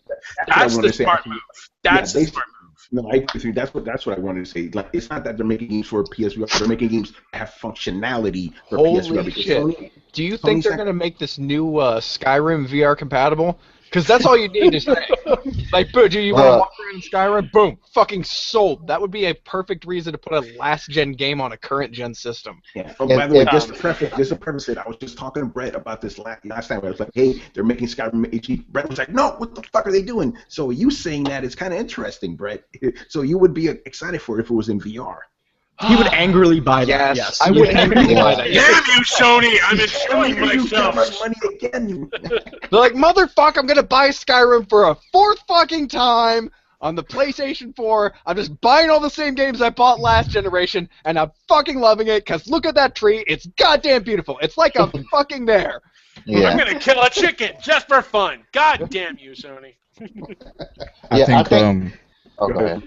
I think Gran Turismo will be like the big blockbuster PlayStation VR title. I think they announced that that's gonna work. I agree. I mean, can we say blockbuster in quotes? Because I'm trying to think the last Gran Turismo did it do well? That last Gran Turismo? All of Gran Turismo. Yeah, all of them so well. The only thing I remember is they take 8 years to make, and then they don't look quite as good as Forza or even like Drive Club. Like. The funny thing is, like, the Europeans, I mean, Brian and Gary could attest to this. They eat this shit up like crazy, man. So is it like a FIFA thing? Like, it's just we just don't get it. Like, in America, racing fans, they take off their pants and they say, "Oh, this is Gran Turismo." Let me tell you guys something interesting that I read between the lines, and I think that it would be good to bring up. The guy, or one of the creators of GTA 5 recently played GTA 5 in a VR simulation. And the ironic thing that they found was it's apparently horrifying. Being in a they say that it kind of works like an empathy engine. You get 20% more empathy feedback from anything you put in VR. So when you do horrible things like GTA, suddenly you kind of feel bad. And I thought that was a little interesting story. But the thing I actually really realized about that, and I've been thinking about that more and more, the people who make GTA are experimenting, porting their game to VR and playing around with it. The heads of big game studios and big game companies are already playing around to see what games work in VR and what games don't. And if you think for just a second that they're not going to utilize that, they're not going to leverage that, and they're not going to take the games, the backlog that they already have, and try and push it with VR, I think a lot of people would be sorely mistaken. So, oh my God, are you trying to say PSVR Gran Turismo? I'm hoping so. I mean, I won't buy it, but I'll be like, all right, I can see that making sense. I mean, you need something to launch it with that wasn't your standard experience, something that holds people's hand into the VR. And the thing that they're finding is being leashed into a cockpit or the interior of a car or something like that you look around in and move independently from is a lot easier way to bring people into the fold than straight up throwing them into a suit of armor and being like, there you go, just run around, play Skyrim. So I think actually releasing with a quote-unquote launch title like Gran Turismo would be really smart on their end. Yeah, you're right about that. They need to ease people into VR, especially the skeptical guys like me. It's like, VR, I got it by TV and my controller. I don't need that shit. So you can't go just like, hey, it's Seaman VR. Remember that guy? Like, no, but you're the perspective of the Seaman, so you're actually watching people look at you. Come on. Yeah. Sorry. How weird would that be? No, what's the name of that porno game again, Robert? The company again? Naughty America. Brought to you by Naughty America. It's Naughty America. Come and see a demo. I'll be like, do you have to say come and see a demo? Yeah. I've got an appointment with them. Gary knows. Go ahead, Brian. Was everyone else just like a slightly bit like terrified when Jorge said Siemens and VR? Or was that just me? Siemens VR. I was actually taken back to the Dreamcast days, and I was like, man, I wonder if they could get Leonard Nimoy to voice that again. He's dead, though. He's dead, so you can't. Now you have to get Siler to do it, because he's... Seriously? You have to get Siler. Brad for like 2 years, I think. They'll probably get like Will Wheaton and it'll be worse. No, No, God, no. you get Siler, the guy who plays Spock now. Oh God, Zachary You Quinto. get Zachary Quinto, whatever his name is. Wait, hold on. I've got to stop the podcast right. Brett, did you not know that Leonard Nimoy was dead, bro? Super dead. I didn't. Extra dead. Super dead. Wait a minute. Oh, Oh Yeah. man, Brett. okay. But I do endorse Streamman being brought to VR, though. Imagine that. Yeah. You're actually in the It's so fish tank. weird. I said, get over here, fish. Well, I think they're gonna have a nice balance of stuff. There are still some, even with all the leaks, there's still some unknowns. Yeah. But Sucker Punch is we know that the rumors they're supposed to be doing Spider-Man, but I'd love to see what they do with it if they yeah. Oh, But man. right now it's between, I don't know whether we said this before, but it's supposed to be between Insomniac and it's gone between Insomniac and Sucker Punch. Yeah, it's rumored to be between both of them, and so we don't know who's doing that. And then Sony Ben's game Dead Don't Rise. They say it's supposed to be outstanding. Or Dead Don't Ride. That's the name of the game. See, I want to see if a new Sly Cooper game gets announced because Thieves in Time was Yeah. really underappreciated. Yeah, And it was a lot of fun. So cross Right. fingers there. yeah. And then they got the thing about Knack too. Yeah.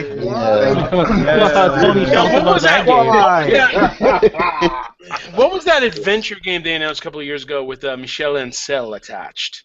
Because it was like some adventure game a couple of years ago. And He's still working on it. We don't know. Yeah, I what forgot it the is. name of it, but Wild. Wild, yeah. It was announced a couple of years ago. I'd like to see some new gameplay from that because that looked Yeah. like fun when it was. Is that the one where you take over the different animals? Yeah. Take over the minds of different animals. You could be a bird or a bear or kind of. Is that the one Yeah. with the giant snake lady? Yeah, she's Yeah, dead. that's the one. Okay. I forgot about that one. Yeah, Michel Ancel. So yeah, I feel like we don't sound that excited for Sony though. I mean, I'm excited. They'll have some fun stuff. Yeah, I'm Yeah. sure, right? Listen, I just want to see Kojima, man. If you give me Kojima, I'll be happy. That's all I care about. Kojima Land. But like, yeah, realistically, yeah, Kojima comes out, you get a title card, then what? Like, it's just, I'm working on a game. Great. I'm working with Sony. Great. Which would probably be, I'm working with I know Sony and this. also Microsoft too. But Sony paid me to say Norman Reedus, and here's Norman Reedus. Yeah. It's like, yeah, I'm in his game that's coming out to your system, but also Microsoft, and we're not going to say that. Like, Yeah, no, but No, what comes out this year? this year's okay. It's talking about what's coming out this year. Okay, potentially or supposedly the PS4 Neo is going to come out. Now I want to know what you guys think they could do to actually sell it to people that already own a PS4. That's a hard sell. That's what I'm saying. That's a How hard do they sell. do that? Well, How do they do that? I think a couple things they need. I believe the messaging needs to be right, and the way that they show it needs to be right. So let's say. You mean Hideo Kojima playing it? It's like, oh, Well, shit, I mean, not sure. I mean, Yeah, go ahead, Robert. No, Robert, go ahead. What if they gave it out for free if you signed it for PlayStation Plus? Would they do that Wait, though? wait. That's a lot of money. Yeah, Yeah, It's a that's- lot of money, But but then by you the same change token, the think about it. price of PlayStation Plus to $400 a year. Okay, I'm just saying, if you provide incentives, we'll give you this free if you do this, if you sign up for PlayStation Now, if you sign up for PlayStation Plus. It could be a number of small things, but with a lot more people picking up on it, it would balance out, and then you'd be able to release the better games, which would sell better. I mean, it's an idea. It's an idea. I mean, if Microsoft can give out, like, Xbox 360s to everybody in a goddamn auditorium, the one year I don't go to their press conference, which I'm still kicking myself, then they, Sony Wait, could when do did they give Xbox 360? Dude, you don't The remember Slim. that? They gave them one a Xbox few years One? ago Yeah, when they held dude. the show at the Will Turn. Yeah, dude. I remember Hip Hop Gamer complaining because he didn't go to that one. He missed it. I didn't go either. And I was talking to Hip Hop. It's like, this is bullshit, man. Give me an Xbox, Microsoft. They gave away Xbox 360s. I'm serious. Yeah, but let's Back to Sony. But I'm just saying, if they offered it as, a discounted thing instead of trying to say, well, if you pay $150, you play the Ultimate Games, give it away for free with some paid incentive to help them in the long run. There is a way of doing that. 40 million to all 40 million PS4 owners, though. Dude, they're making shit tons of money. Yeah, but I can't. I can't. See How are they going to sell it man. otherwise? How are they going to sell it otherwise? And That's I think well- that's the problem with the Neo in general, because I was speaking to these guys before, and I was saying the main problem is the stupid consumers. It's like they'll say, oh, okay, So here are these two systems. One's like $200 cheaper. Why would I get more expensive one if it plays the exact same games? Like, It's not going to be about games this year. It's gonna be about quality. No. I'm saying about the idiot consumer because like those are the guys that really push the numbers. Like we hardcore or like we core guys, like we'll be there like day one. You know, like we all know that. Whereas like the real push comes from the idiot consumers. These are the guys that buy Call of Duty in droves. These are the guys that buy Watch Dogs in droves. You know, it's those guys. And like, how do you get them to buy your new PS Neo console when it's like, oh, so the PS Neo and PS4 both play the same games, but the PS4 is cheaper. Why buy the PS Neo? You give them PSN for free. That will literally be the line of thought. And well, I think, but this is what I was saying about presentation, right? You know exactly what these guys are thinking. Okay, I know what you're thinking. Their moms and dads, and they'll be like, oh, why am I going to buy you like this one? Like this one is more expensive. He's talking about like a general consumer, but George, getting here, what are you gonna say? Right. No, I'm saying because, like I said, there are already 40 million of these things out. It's a tough sell, especially if you're saying like we want to release it this year. That makes no sense. Yeah. See, like I said, they need to do this the right way because remember, like when Sega was trying to sell the 32X, it's the future. You know, it's a fucking ugly thing on top of your Genesis.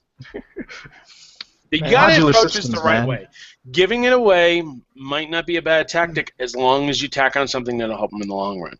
I don't think you need to give it away. You just need to form it into a premium service, and that's why I say I don't think this year is going to be about games.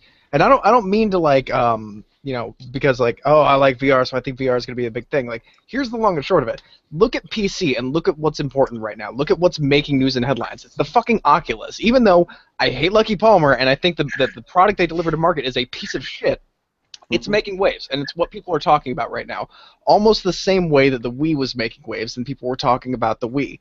And you didn't see people considering it. You saw Sony trying to bank on it. You saw Microsoft kind of hesitate away from it. And now what you're seeing is Microsoft tried to get into talks with Oculus Rift because they realized they came to the game too late. Everybody is rushing this new niche that suddenly presents itself because all of a sudden it's on us and people care and people weren't thinking it's viable, but suddenly the market seems to care. So everybody's rushing to try and get this thing out. And I guarantee you that's probably going to be a majority of the actual competing that we saw. Everybody's going to bring out their roster of games that they're already being developed. But I think I think VR is going to be the only interesting thing because that's been the only interesting thing going on the PC side, and the PC side can usually kind of give you an idea of what's going to be exciting and what's going to be picking up on the console side. So I don't think it's because I'm excited about it. I think it's the time to push new gear. It's the time to push new tech and try and get your consumers to invest in that. And if you push new tech that then raises the ceiling and the necessity to improve your system, then that's going to sell the systems. So you give somebody, you basically open up the fields, and you say like, yeah, man, you can go wherever you want, you can do whatever you want, the sky is your limit. Oh, by the way, if you want it all to work really well, you're going to have to give us another $400. But you can try it as it is and not have quite that entry point. So, if you think you might be more casual, I feel like they're setting up the market to pretty much be the release of this. So, right, wrong, or different, bad or good, I feel like a lot of E3 is going to center around who's bringing what VR to what console and how well they're doing it. You think consoles or gamers will actually take to that though? Because you've seen you saw how well the console players moved to VR or to the Wii. I think if you establish to the Wii. You need to think outside of yourself, though. Like, to us, you're like, yeah, it sounds like a silly gimmick, but, like, to Joe consumers, it's like, oh, I can put on a headset and play pool, or be the seaman, or, I don't know, I keep harping on that, or get in, or play Gran Turismo, like, to the, not the layman, but, like, the person who just plays one game a year, like, that's probably cool for them. I think the one thing we are not looking at here is long-term effects. Because a lot of people who tried out the PlayStation VR, they loved it, they thought it was great and everything like that, but this was in a controlled 20-minute demo. Yeah. The question is how it's going to hold up in the long term. Like, am I going to be able to play Doom 3 for more than an hour without vomiting uncontrollably? You know, I don't know that Sony or Microsoft have actually worried about that. I think that they've just seen a niche open up and they're all just rushing it. No, they absolutely should. But I don't know that they are. I think basically they're all scared that they're going to lose market share by not being able to exploit something, and so they're all just rushing towards it. Yeah, see, but rushing toward innovation is not always the way to go. Look at Virtual Boy. It died, what, 6 months after its release? Because everybody couldn't stop throwing up the red alarm and throw a boxer. Yeah, it's going to be a rough ride. Like, it is.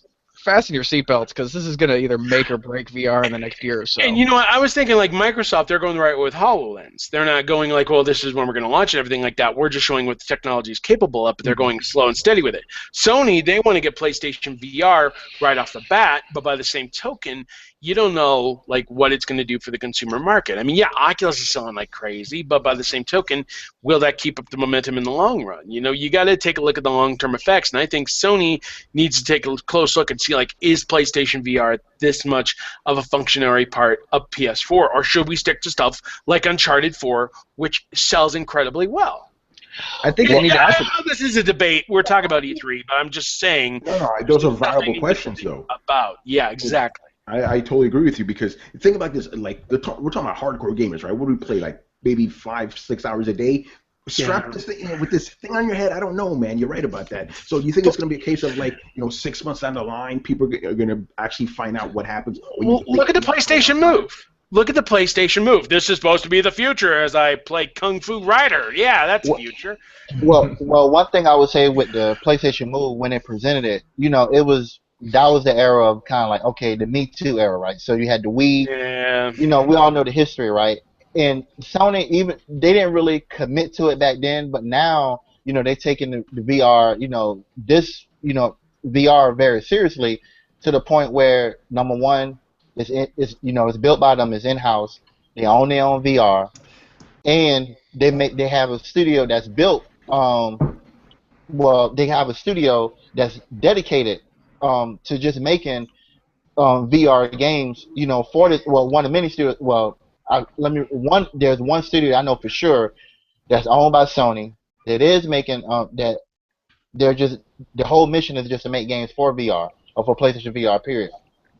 Now, of course, there's going to be other companies in there like Ubisoft and the like that will have games on VR, but that's the thing right now.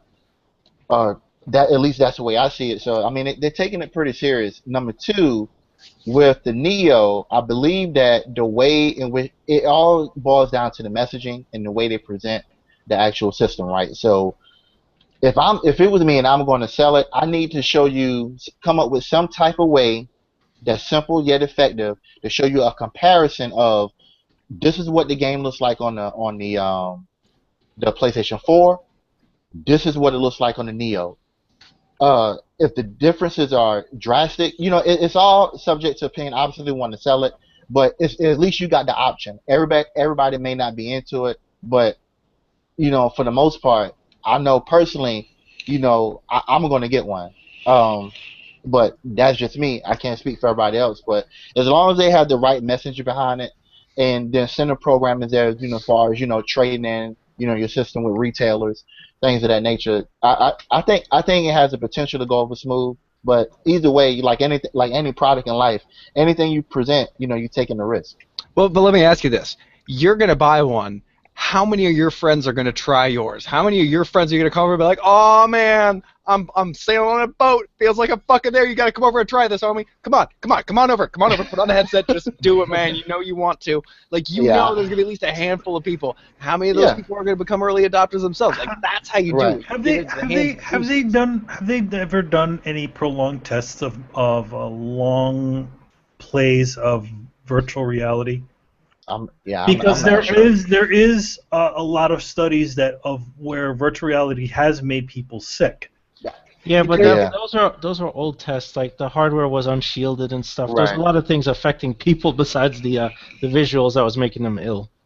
Well, so speaking of Sony hardware, because now we're talking about the show and the the support that they have for this hardware.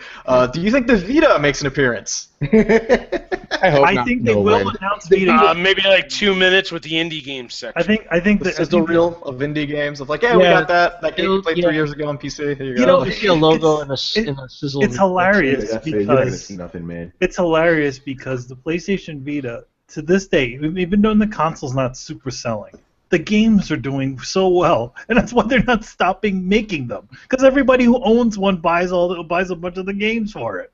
Yeah, and plus a lot of the games are cross-play compatible and cross-buy. Yeah. And you still got room for them and everything like that, and you got stuff like Odin Sphere coming out for it and everything, which is amazing. Great game. So there's still going to be like a bunch of support for it, but of course Sony, be like, well, we paid this much for Borderlands 2, and fuck all, so whatever. Yeah. They're just going to brush it under the rug. I hate to say it, but they are. But players will keep supporting it. Which brings us to a instant question. Do you think that Sony will actually support PSVR in the long run, given the track record of supporting their peripherals? Yeah, I mean, or services like PlayStation TV. Who's using it? Who's using it? PlayStation Now. Raise your hand. I'm not PlayStation Vita. My bad. Actually, no. They have a lot of shitty services, guys. Yeah, PlayStation Now could be a little bit better and a little bit cheaper. Yeah. Yeah, I mean, that's my thing with PlayStation in general. Every peripheral they've put out, I mean, correct me if I'm wrong, has like died within a year of release. Remember the Wonder Book? That was good. Oh, remember the DualShock 3 controller that wasn't a DualShock 3 controller? Yeah, oh man, yeah, that was like, what was it? The PSP is like the only really successful thing they've had. PSP Go. Yeah, but like, go away. That's why Yeah, that's why like, how Sony long- always has sticking with the E3 show. This is why Sony always has the most like showiest of shows, because I feel like it's very surface. Because when you kind of look behind it, there's a lot of negative there. Like I said, my big question is, what are they going to show that isn't third party that's going to come out this year that they can really push for the holiday aside from the VR? And I think this is going to be, like Brett mentioned, this is going to be the big VR push for the holiday. Honestly, I don't even think we're not going to see a mention of Neo unless Microsoft mentions Scorpio. Yeah. Yeah. Because why would you shoot I don't think Microsoft will mention Scorpio, because why would you shoot yourself in the foot and like undercut your own sales of your new slim console? I don't think Sony would do that either. And like give them, and you announce it at Gamescom, or you wait for the Tokyo Game Show and see how like people are responding, and like you have a little bit more information, because it's not even confirmed. This is a leaked, and this is just leaked. At least we have like Phil Spencer on the record. He's like, yeah, we're looking into stuff like this. Like we want to do PC if he spoke about the console generation evolving, and yeah, I don't think we mentioned a Neo. I think it's just PlayStation VR, because like that's going to be the big holiday push. It's going to be try it out at Best Buy or GameStop. Like they need people to try it on to be like VR works, which is good, because that was the big concern. Now we have to sell people on the games, and from what I played, they all seem okay. But like I said, I only played 15-20 minutes of like Job Simulator. Like that seems kind of neat.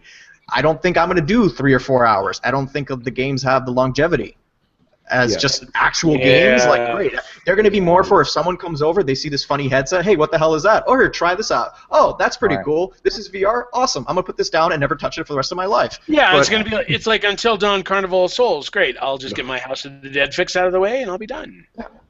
So it's going to be interesting to see, and then see, like most Sony hardware that isn't a PlayStation 4, we're going to see how it's supported in the long run. Yeah, and they have a bad history of that. Gary, you gonna say something? Yeah, I was gonna say. It all really depends on how well it does. Yeah. What were you saying, Gary? Yeah, Gary, get in here, man.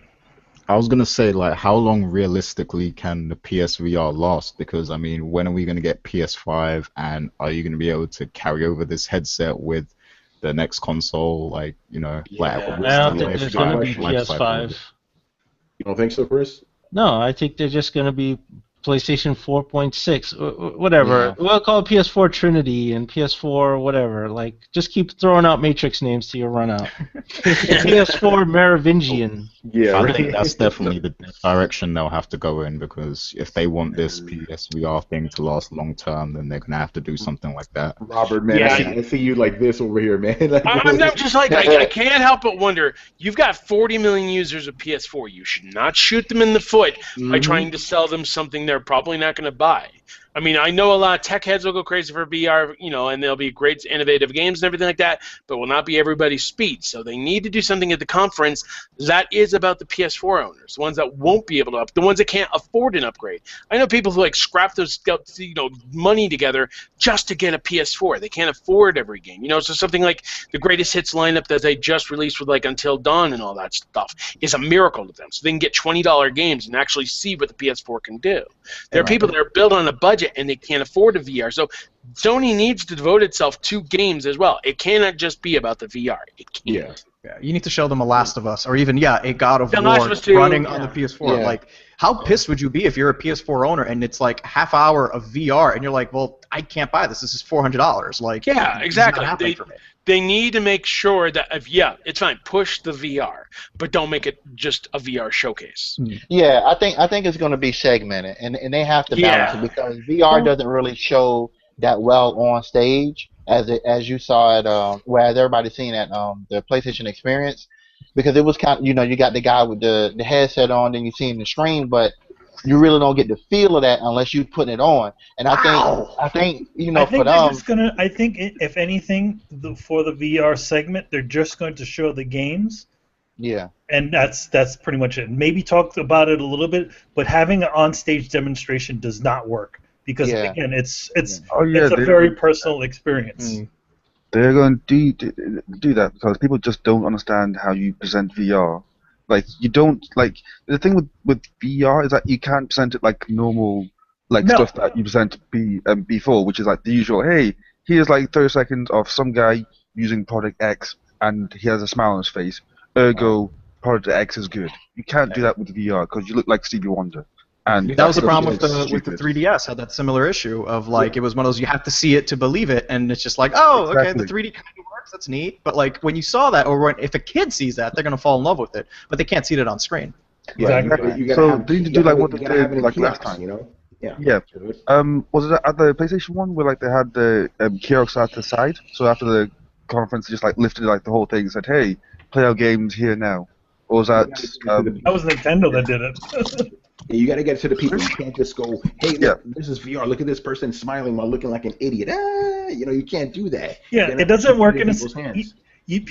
Obviously, you can't show a dumb sizzle video because then that's even boring too. So just do you remember the kids that were playing Kinect Adventures? Skittles. Come here, Skittles. Exactly. You can't demonstrate something like that on stage with people. What you have to do is you just have to impress people with the visuals of whatever the game is. Right. And then say, this is a VR game. This is what the VR games look like. Try them out at our booth. That's exactly what they have to do. Exactly. Right. Don't make it something where this kid comes out and all of a sudden Milo is magical again. Oh, no. Right, Milo. Imagine our world. Imagine if Milo did come back at Xbox. No, I'm telling you, my theory is... Hello, everybody. I'm in Killer Instinct. No. I already gave my theory in the last Throwdown. Milo grew up and he became Peter Molyneux. That's what happened. He planted the seed and it grew. It's an autobiographical game about Peter Molyneux and his growth from a virtual child into a real person.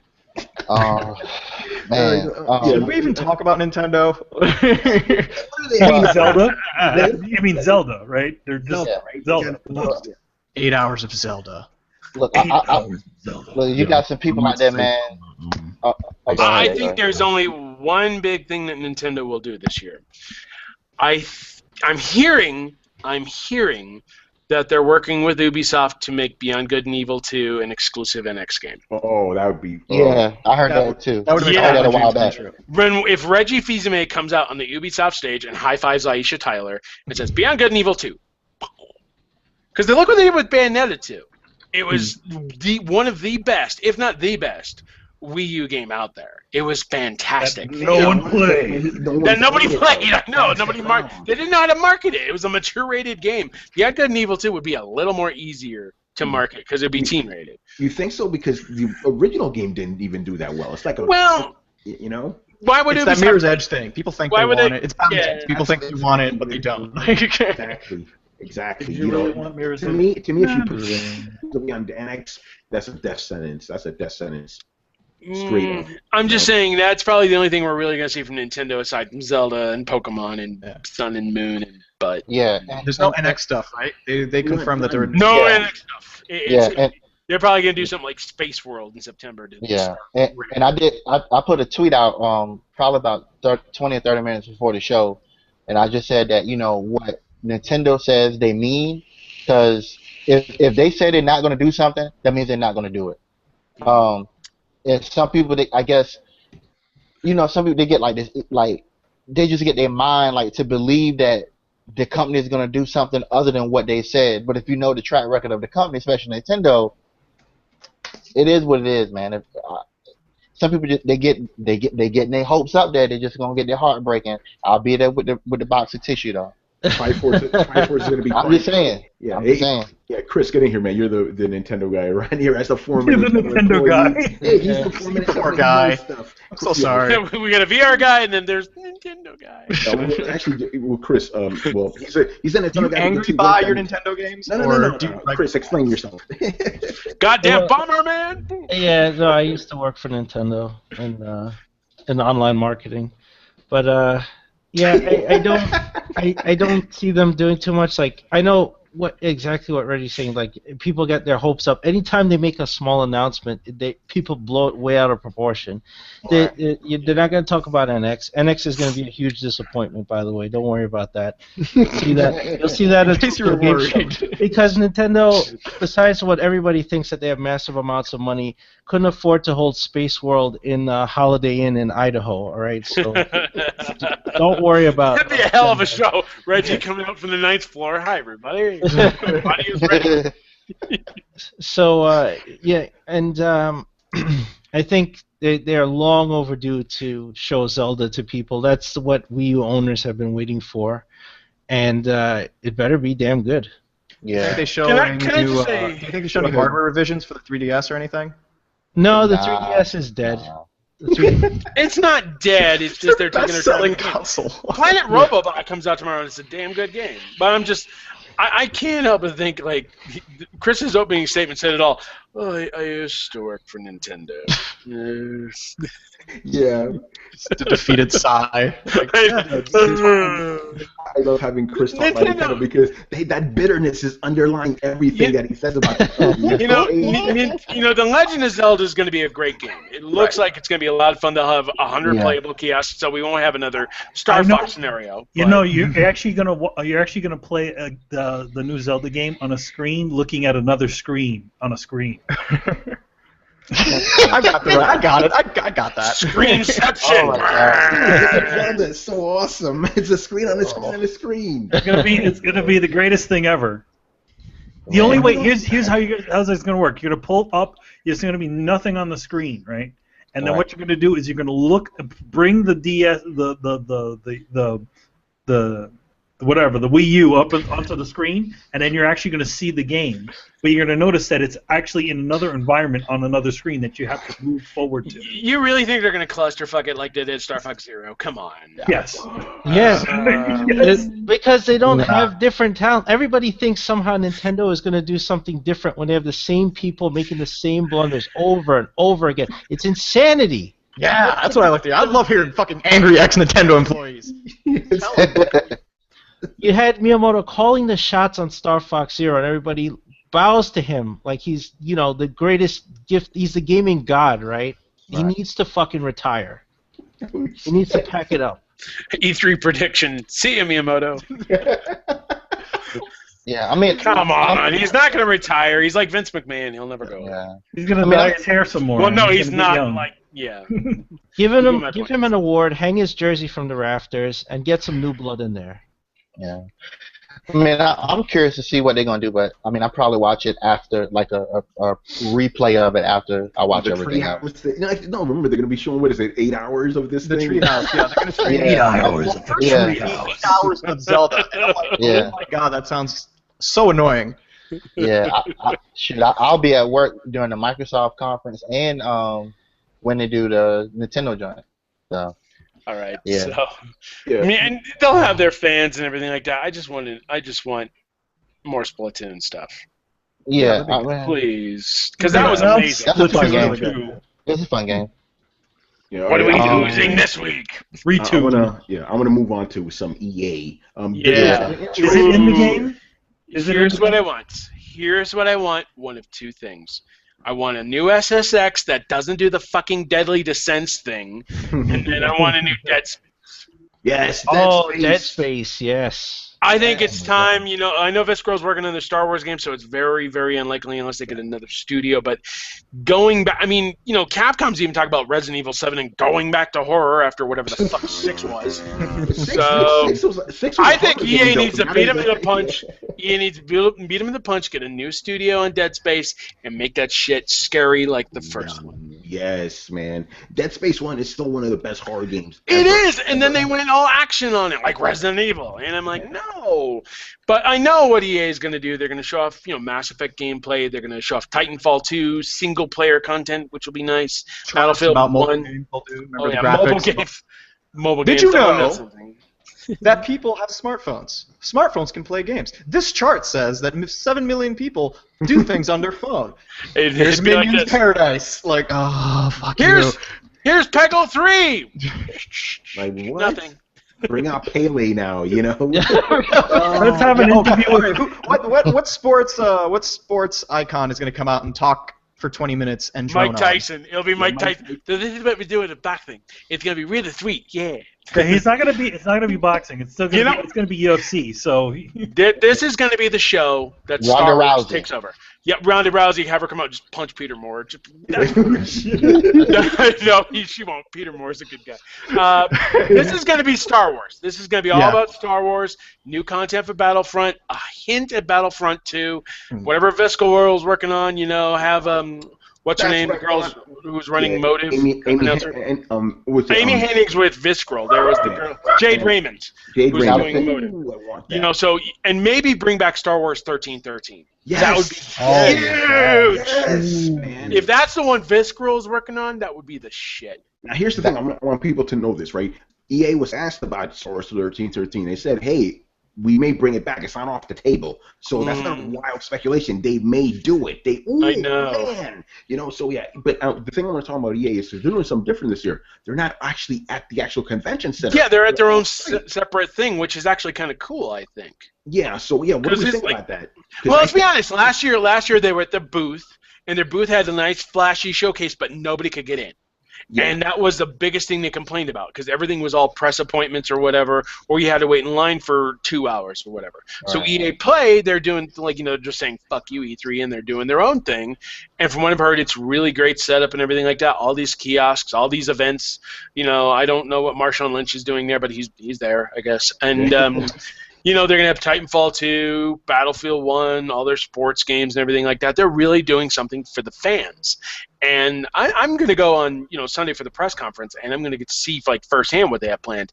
And I'm excited for it. You know, I do cheer on when a company goes off and does something on their own. Case in point, Devolver Digital's little trailer park thing, which is the greatest thing in the world. Beer and barbecue sandwiches, yes. But, you know, that was the greatest email. Literally the headline, beer. We have beer. It's like, okay, I'm going. Of course, yeah. You know, beer. I'm sorry. You had me there at hello.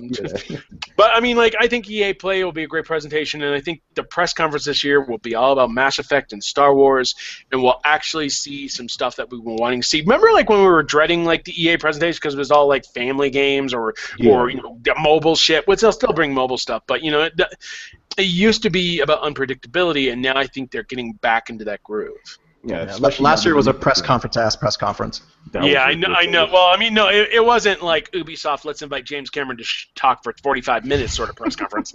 But it was kind of, you know, but now I think they're understanding more about what the fans want. I mean, like, Battlefield 1 got like 36 million views on that trailer, almost 2 million likes, the exact opposite of Infinite Warfare. I think that was a trend, like, because, I mean, if you think about it, when has Battlefield ever sold more than Call of Duty?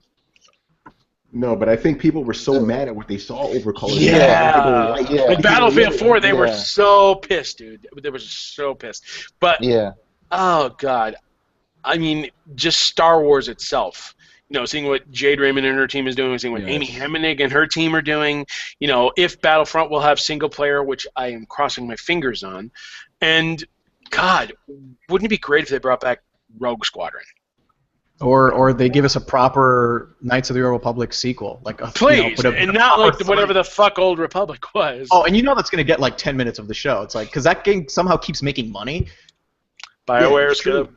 Yeah, but I mean, EA's presentation I think will be really good this year, and I'm eager to see what EA Play has to offer. So I wish them luck with the show. I definitely wish for more Garden Warfare 2 content because I'm loving that game. And yeah, I think it'll be great. Yeah, I think it's a smart move because of this. We talked about this on the show before. Normally with press conferences, what do you get? You get actual journalists there doing their job, you know, professionally, right? Now you get a bunch of fans into this EA Play thing. They're gonna be hashtagging, tweeting all this shit out. Like that's real excitement, you know. And you know, compared to like nobody getting in the booth. Exactly, Yeah. Nobody getting in the booth is bad. All right, so they want that, and you know, we're not. They're not the only ones doing this, right? It's in Microsoft doing like an off-site thing. Yeah, they're doing an off-site thing. Yeah, but they do that every year, though. Yeah. Activision, I believe, is doing something. So, I mean, that's one of the things I want to talk about before. Well, yeah, I mean, Activision's got the Call of Duty XP. Yeah, but that's not until September 2nd. Yeah, and that's I know. when they're going to redo that's when they're going to reveal the multiplayer. I know. I'm just saying they're doing more of the stuff where they're doing stuff for the fans, and that's what counts. So I'm just saying. But anyway, go ahead, Tony. Yeah, actually, but that's the thing I want to talk about, basically, like, because it seems to me like EA is now becoming more of a, maybe not more, but a little bit more about fans, right? Like, letting them into the show. Last year when I went, there were a lot more fans than I'm used to. I remember, okay, this is how you knew journalists from fans, right? Doors open, journalists walk in, fans rush in like it's Comic-Con, like, okay, this is different than what I'm used to. And like I said, I think they want to do this because they want that excitement. They want people on social media going crazy for these games, you know? And it's all, because think about what's going on with gaming now, right? YouTubers, Twitch gamers, they're really big now, right? Games influencers, Tony. Use the right. So games influencers, is that what they're calling them? Yeah, I think it's a kind of smart move, you know, in general. Yeah. But yeah, George, what's your take on this? You know, E3 becoming a little bit more fan centric. Yeah, I think you mentioned earlier, because like, everyone's kind of pulling out because E3 is an expensive endeavor if you're a developer and or publisher. Oh, God, yeah. So if it's easier, doesn't it cost like $50,000 just for a small suite? Yeah, and that's just to hold it too. And it's like, I remember the time of like, remember Konami went that one year and they didn't have anything, but it was like, well, if we don't pay for this space, we lose it. So we're just gonna put this big wall of nothing here. Oh, like, God. Yeah, like, that was 2013. Yeah, whereas it's just a wall and a trailer. A trailer for front. That's what EA was, and now you know I think people are being more cost conscious and seeing like, you know what, if we can control our own messaging, like Nintendo did it first with the Nintendo Direct. It's like we can just put a nice little stream, we control everything. Or those Nintendo events when they pulled out of the actual conferences, they put on events like the Nintendo Power Championships and stuff like that. Right. Yeah, because remember what Bethesda did last year? It was like, instead of doing all these press appointments where they're showing the game to 200 different press people come in, it's like, we're just going to do it all at once. This is everyone seeing Fallout 4. Like, there's no demo for it, but we've got 25 minutes of Fallout 4. Everyone sees the same exact footage, and the message is out there. Like, you're not booking 200 different points behind closed doors or anything. Right, and they have stuff that actually draws in the fans. Like, here, you can get your face in the cover art of The Evil Within for some reason. But, you know, they did stuff. Yeah, this is a good face for a cover. But I'm just saying, it's like they really focus more on the fans. And now they have their own press conference and, you know, after party with Blink-182. We'll get to that press conference in a sec. But, I mean, I think when you focus more on something like that, I mean, I'm all for going to an appointment and checking out a game. Don't get me wrong, I love those. But, I mean, E3 really needs to be more about an experience that you learn more about the game instead of, like, you know, sitting behind closed doors and you're being instructed on it. Here's the thing. E3 is a celebration of games. Yep. Without any of the people who pay for games invited. Which is E3 is a trade show. Like, well, originally it's supposed to be. E3 is a more. very much trade show. E3 at this point in time is more than just a trade show, and a lot of these companies are realizing that these are opportunities to make a little bit of money outside of just going, putting on these big elaborate sets on for a bunch of people that are just probably don't even care, you know, so. Who better to do this for than to actually just have these separate events for the gamers? They could buy a couple of T-shirts. They could buy a bunch of other things. It's a good situation. Yeah. And the feedback you get from it is not a bunch of cynical people saying, "Oh well, I don't care about this game." The question is, would E3 learn something from PAX? Yes. Yeah, that is a good question because PAX is very much about. PAX is amazing. I mean, even like the smaller shows, PAX South, even like the smaller shows like that, you see all these great people just getting together and having a good time, not worried about like press appointments or fuck all or anything like that. I mean, if E3 took an approach, I mean, obviously the halls will be crowded as hell, but that's why you do like Tokyo Game Show has been doing for fucking years. Press days. Then you have what days? Open to the public day. Yep.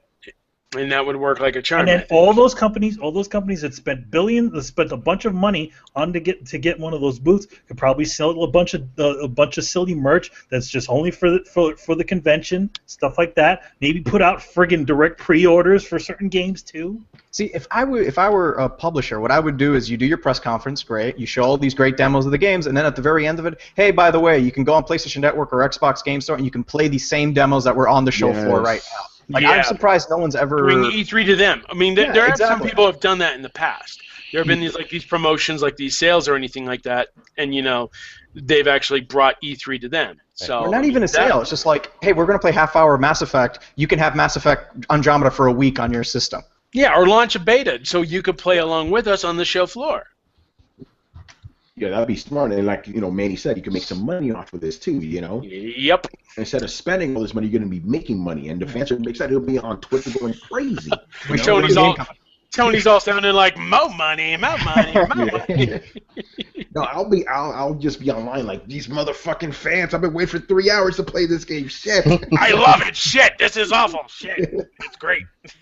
Oh man. Again, when you have press day, you don't have a bunch of fans obviously getting in the way of people that are going to go through these exposés and stuff like that. That's perfectly fine. Yeah. But then what you do is you open it up to the public. It worked for PAX, because like PAX, like Friday morning, there's a press hour. You can go in, you go see whatever you think is the most urgent stuff or whatever, then enjoy the rest of the show. It could work. Sure. They keep on giving these bullshit, like before they were saying these bullshit lines like, oh, yeah, we would open it up, but then people would start stealing stuff. I mean, they probably would. I mean, people have stolen things from E3. They have, yeah. What's your thoughts on it, Richard?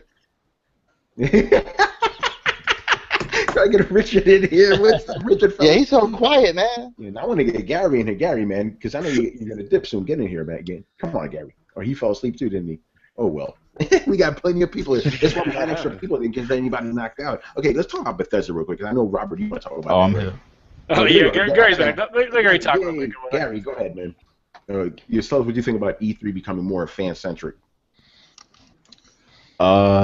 Yes, it's always a concern for, when you're on the media side, because you don't want to be waiting in line for hours, like to play a game or something.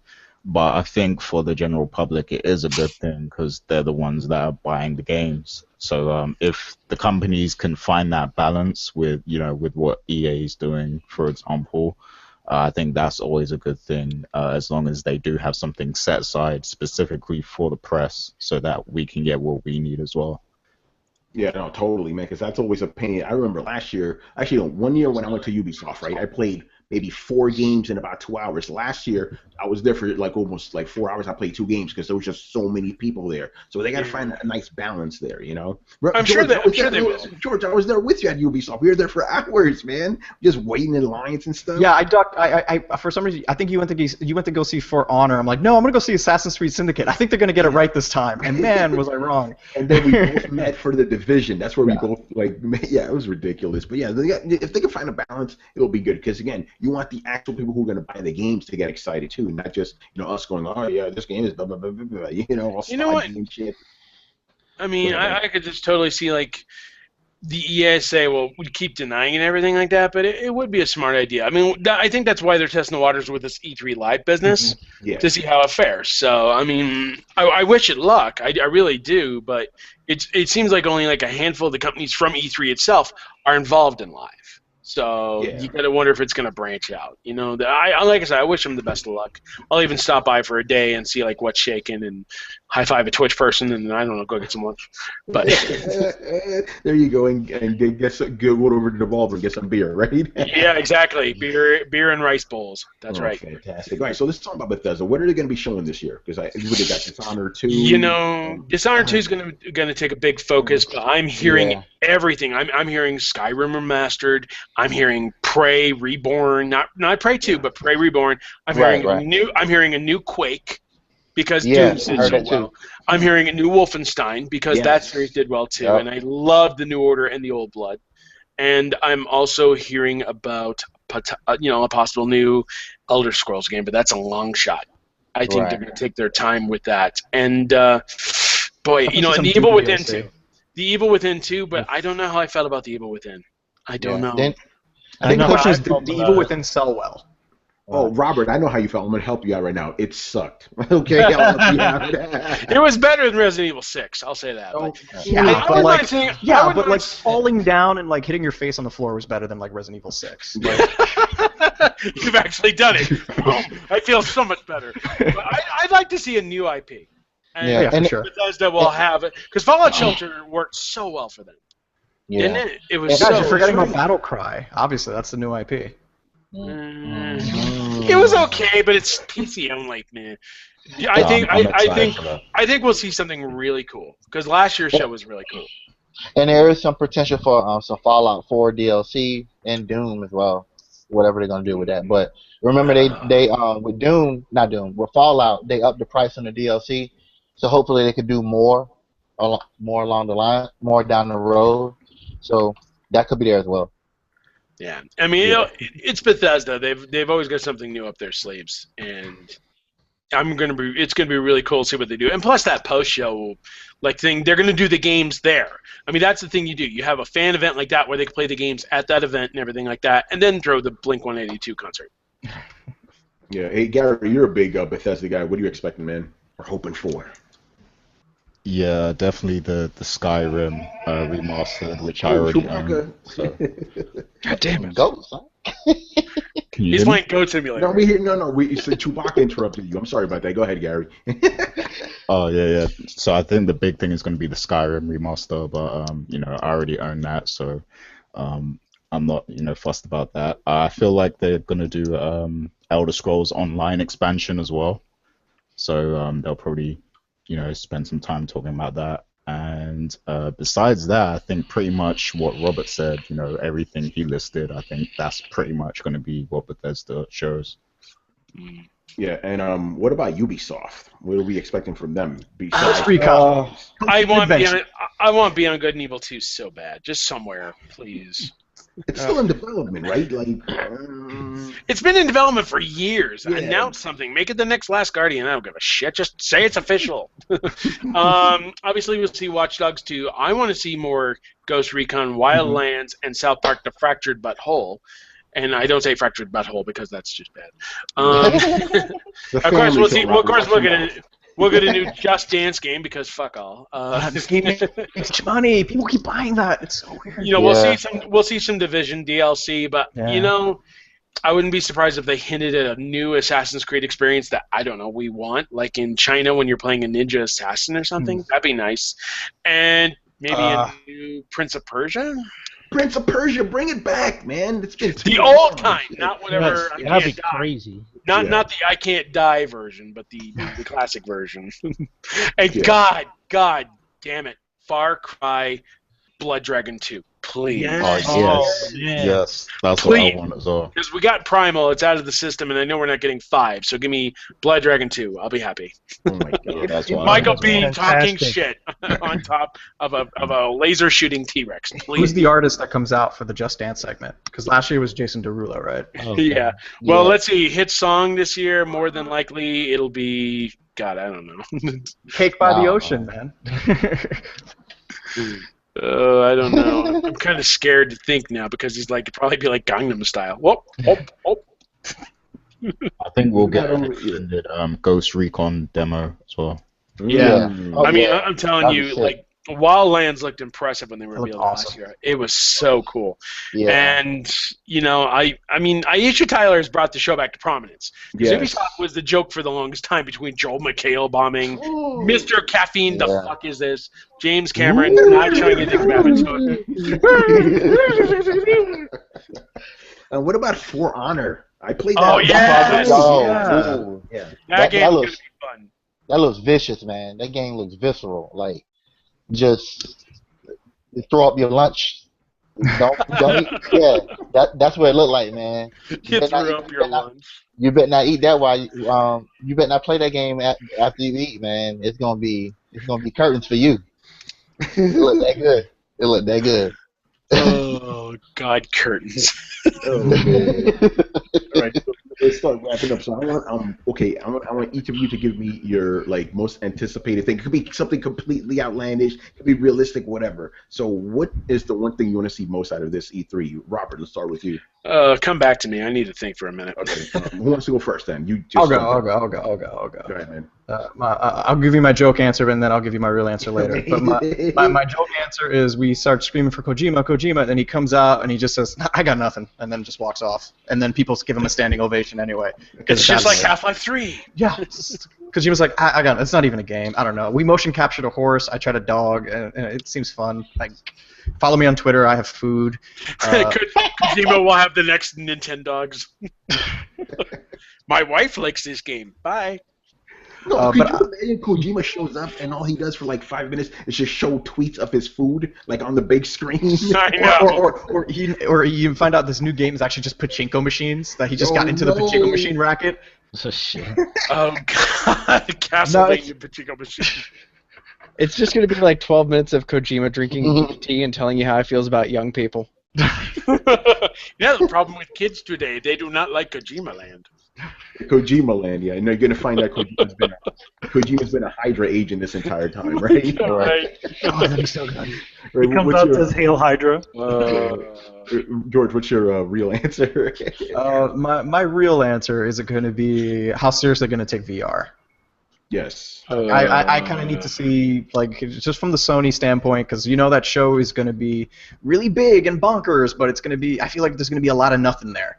And they're going to show us some fun trailers. We're going to see some title cards for games that are never going to come out, but we're going to see this big push for VR, and I kind of want to see where they're positioning themselves as VR going to be the holiday item this year, and is Microsoft going to mention it? Is Sony going to counter the Microsoft Oculus thing? I love the back and forth because Microsoft is the first press conference in the morning, so the whole day it's just Sony people just changing slides from their PowerPoint presentation. It was $50 cheaper. Fuck it, they said they had the Scorpio. All right, throw how quickly can we fly a bunch of these guys from Japan to talk about some new games? I don't care. You find Kojima and you tell him to make a trailer for a stupid fucking game. I don't care what it is. It could be him farting, but as long as it's a CG trailer, that's what we need. All right. You put together a fucking sizzle reel. You have it back here in 20 goddamn minutes, or I swear to God I'll have your testicles in a jar. I'm hoping I that don't care what games actually, it is, find one. I'm hoping that Shuhei, the sweet little man, is just a monster behind closed doors, and it's just choking people. And he's just what do you mean that Final Fantasy trailer's not done yet? I want to see him backhanding people as a response, before any verbal cues. Just be like, "I'm sorry, we don't have the we don't have the little platform ready, and the podium's not quite here yet." Just blam, reels off, knocks somebody down, and be like, "Fire him! Get me somebody new who can do his fucking job." Oh, yeah, I'm Shuhei. Fuck you very much. Do you know who I am? I'm Shuhei Yoshida, bitch. I know Norman Reedus. Oh, God. Don't you know me? Ridge Racer. Oh, wait, Russ Kaz. Oh, those cats are right. Anyway, Brett, get in here, man. Please. What do you want most out of this E3? What do I want most out of this E3? Yeah. Joke answer, real answer, I don't care. Entertain us. I'm honestly just really interested to see. I guess I have to piggyback on that answer. I'm interested to see where VR goes from here. The thing that I'm really interested in is this is the first piece of real technology that I feel that the market has asked for, and the big companies are kind of producing at our whim. I feel like everything else was a bunch of people getting in a think tank together, like, you know what those fucking gamers would like? A Kinect! Something that records them all the time. How about putting them online all the time? This is the first time that that gamers have sat around and been like, hey, you know, it'd be a pretty cool idea. Actually making VR that works. Yeah, cell phones are a thing. We should be able to do this. And one of them, you know, that's who Lucky Palmer was. He was an enthusiast and a gamer. And it sucks that Facebook got its claws into this whole thing, and the waters have been muddied. But at the end of the day, this is something that was birthed from enthusiasts, from people who wanted this experience, so they made it. It wasn't born to sell. It wasn't made in a lab to try and push equipment. And honestly, the market and a lot of people have been super, you know, reticent to letting this actually become a thing. So I'm really curious to see where we go from here, because I feel like this is uncharted territory. We've never actually seen something that's been born in conception from the fans and found its way into the market like this. And I think both Sony and Microsoft are kind of scrambling. I don't think either of them really knows what to do, and that's why you have seen this weird back and forth. Like, oh, Microsoft's going to do the HoloLens. Fuck, that's not going to work. Well, we're going to team up with Oculus, and Sony's going to try and do this VR thing that they've obviously had kicking around in the background for fucking ever, but something lit a fire under their ass because they're pushing it like hell now. And it's just going to be really interesting to see where it goes. So there's not anything I'm really hoping for. I'm just... Man, I got my tub of popcorn. I'm waiting to see, because as much as last year was a landmark year, I feel like the things that happened this year will be affecting gaming for longer and in more serious ways. By the way, Brett, you do realize you keep calling this guy Lucky Palmer, right? Yeah. Oh, yeah. It sounds like he's trying to get away with something in Vegas. Yeah. Palmer Lucky. Yeah, I always do that. I'm dyslexic. Leave me alone. It's okay. You thought Leonard Nimoy was alive. It's okay. Oh. No, that was just, oh man, I was doing some serious work at that time, and I was apparently not paying any goddamn attention. Now I'm sad. I think that is just from like a parallel dimension where Leonard Nimoy's alive and Palmer Lucky's name is Lucky Palmer. Like it's that's exactly what. Although I do want to say while I have the mic, Tony, do you remember what we said last year? What we said a lot of things last year. Do you remember what we said about VR last year? Huh? Lucky Palmer is running the show. That motherfucker. It's Palmer Lucky's evil twin. He's the Shadow Master behind the scenes pulling all the strings. He's the one that was responsible for the time cover. Yes, exactly. Okay, so, Tony, you remember last year you and I had an argument about whether anybody would actually be talking about VR by the time E3 came around this year? Or bet. Yes, I remember this. Basically, the bet was like, if VR takes off at this specific time, I owe you a game. If it doesn't take off, you owe me a game. But has it actually taken off yet? I think we may need to wait another, 6 months to actually... Well, I think we'll need to wait until after E3, but I believe the qualification was they will have a strong showing in the mainstream at E3 this year. Okay, yeah, okay, sure. Yo, my game. But they are, though. It's obvious they're going to have... That's why I'm saying, I pretty much already won the bet. We can wait for the results to come in. What game do you want, then? Send in a copy of Barbie's Horse Adventures. Uncharted 4. I would like Red Dead. I'd like a copy of Red Dead. Yeah, sure. I'll send you the 360 version, man. Oh, that's just fucked up. Oh, man. Anyway, Gary, what do you want out of E3, man?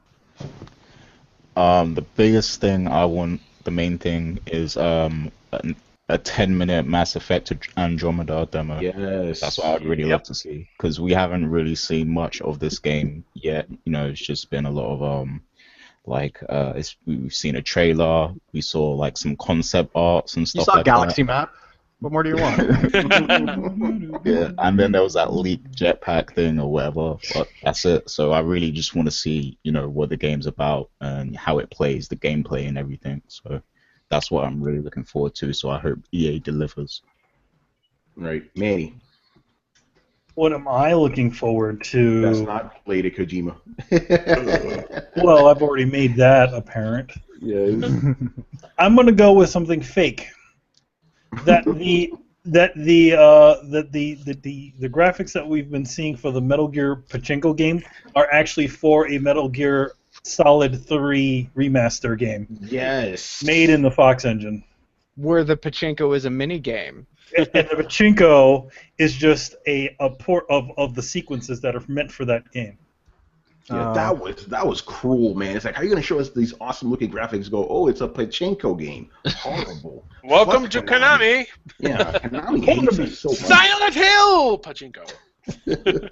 Joke's on all of you. This is the year they released the Power of the Cloud.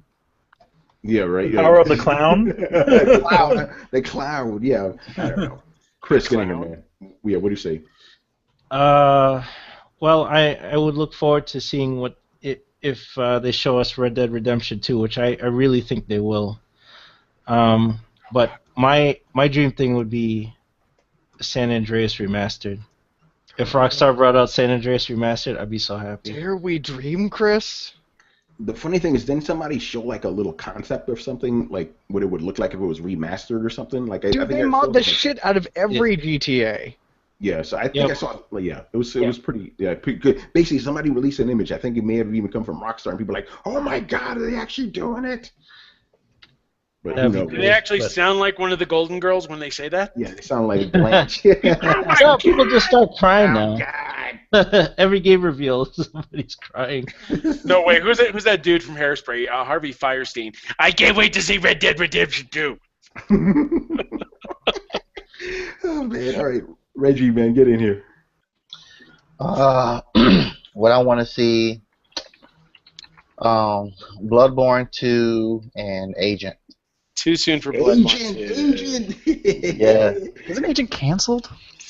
Yeah, it is. Okay, just checking. Hey, a brother can dream, man. That's called You re-agent. know, if we can get Agent, we can get 8 days, please. Yeah. Oh yeah, 8 days are sick. Yeah. I mean, overall, main thing I'm just looking for is just for a good overall showing from all the publishers and developers, man. I agree. Just want them to bring it. You know, I just want to play all the games. That's pretty much it. All right, Brian, get in here, man. If you're still around. Oh yeah, I'm still around. Yeah. All right, No, what do you? Okay, what are you I looking want to for, see Reggie? first of all Sony actually announcing games that gets released within the year of E3.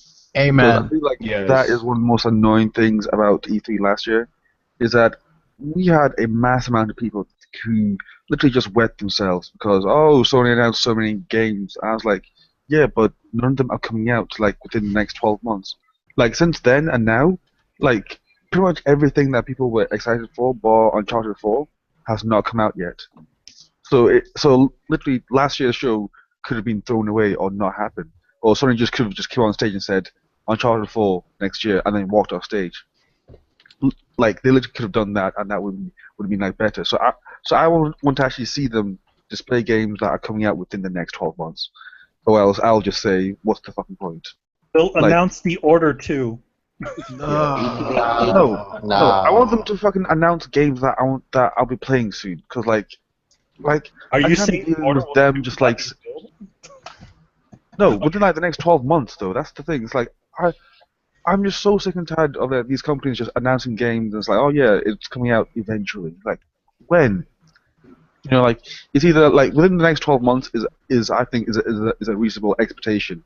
Within the next 24 months, it's pushing it, but it's acceptable. Anything after that, then they just not show it. To be fair. I was just thinking about the fact that there's people that, like, when Final Fantasy Versus 13 was announced, they've actually died. Like, that's pretty morose. It's pretty sad. Get these games out there faster. Come on, people. Yeah. And also, ironically didn't talk about the PC gaming conference, which is, I think, Yeah. The only conference that will actually talk games. Here's Lawbreakers, and then here's everything. They'll be talking about games, and that's it. Because that's one thing that because I actually wanted to go to E3 once, and then now I don't. Because the main problem with like Sony's, your Microsoft's, your EA's, and all sorts is that these things are just 2-hour-long adverts, and that's all they fucking are. They don't talk about games. Like the PC gaming conference actually talked about games. They got people in there like made the game to talk about the games. They're showing the games. Boom. You know, rinse and repeat. Just games. And it's literally just like, hey, this thing is coming out soon. This thing's coming out soon. Okay, let's have a break. Talk about this new hardware. Okay, cool. Now back to the games. So what games are we so excited about on PC, Brian? I don't know what they'll show. That's the thing. No, what are you excited for, Brian? You're the big PC guy around here, man. What do you want them to show? Half-Life 3, baby. Half-Life 3. There's on the Half-Life 3. Right now, I'm not looking forward to anything because there's nothing that I know of that's coming out. I guess Wild was the only one that I was excited for because Giant Snake Lady. But since then, it's like, yeah. Yeah. Again, the only real game that I am actually excited to play is Gran Turismo Sport. So all these guys that say, "Oh, I hate Sony" and all sorts, they can just eat tons of crows. Dang, he said tons of crows. Yeah, all the crows. Not just one. No, but I'm pretty sure that they'll show something with Star Citizen since that's still doing stuff. Elite Dangerous will be there. They'll show tons of VR stuff. They'll show a shit ton of VR stuff. That's what I'm Elite interested in. Dangerous doing these days, Brian? It is. Don't float around and look at stars. You can land on planets and look at planets. They just added a new expansion that allows you to land on planets now. Oh shit, it's getting real now. What do you do anything there, or do you just look at them? Oh, you mean like No Man's Sky? Yeah. I forgot about No Man's Sky was dropping. Yeah, that's this year. coming I this year. forgot. Because it was delayed. I forgot. After it was delayed, I I'm concerned about that game actually. It'll be fine. I'm all concerned about that game. Like, it looks a bit empty. Like, it literally looks like a poor man's Elite Dangerous, which I'm sorry to say, but it does. I mean, like, everything that you can do in Elite Dangerous, you can do in No Man's Sky, but slightly less. You know? I think No Man's Sky is going to be like a fine game, but I think people have put it like on this pedestal that I think is just going to let a lot of people down because I think at its core it's just an exploration game. I agree. It's going to be. Oh no, could it be another Watch Dogs? Oh no, Watch Dogs is garbage. But like Watch Dogs I think is just a bad game. Like No Man's Sky is going to offer you this really fun experience, but I don't think it's going to be this like be all end all best thing since sliced bread. Like no, it's just going to be a cool little adventure game. It's but not like I said, meet there's not much expectations. first party support, so it's like everyone goes crazy for when something does come out. Like that was the problem with like The Order. Like The Order was not a great game, but there was so much hype behind it because what else were you playing that was first party? Like like this is going to hold me over till Bloodborne. Like yeah, No Man's Sky is not going to meet expectations, but not for the normal reasons. It's not going to meet expectations because people want something else, or people think that it's going to be something else. Not that it's not going to be great, it's just that people want it to be something that it's not. And I think that's going to be the problem with No Man's Sky. They want it to be a multiplayer game, and they refuse to make it a multiplayer game. And everyone's like, okay, but like I could still, in theory, find a planet and then find my friend and then fly around with them. And they're like, yeah, in theory, but the universe is so vast that it's never going to happen. Stop trying. And you're like, but you're saying it's possible that I could get together. Yeah. Yeah! And that's why I say it's a poor and Elite Dangerous, because in Elite Dangerous you can actually like squad up with like thousands of other ships and fly across the universe. I might play some more. I tried learning how to play that game. I keep crashing to the side of a ship, so I was like, I'm kind of done with the Elite Dangerous, but I think I'm gonna give it a shot now. You've sold me.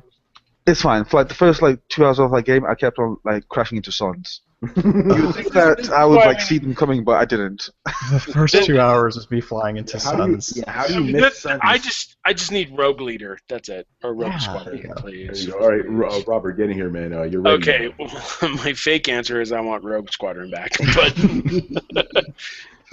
Factor 5's gone, so good luck with that. Fuck all. But real answer, damn it, I want Battletoads too. I really do.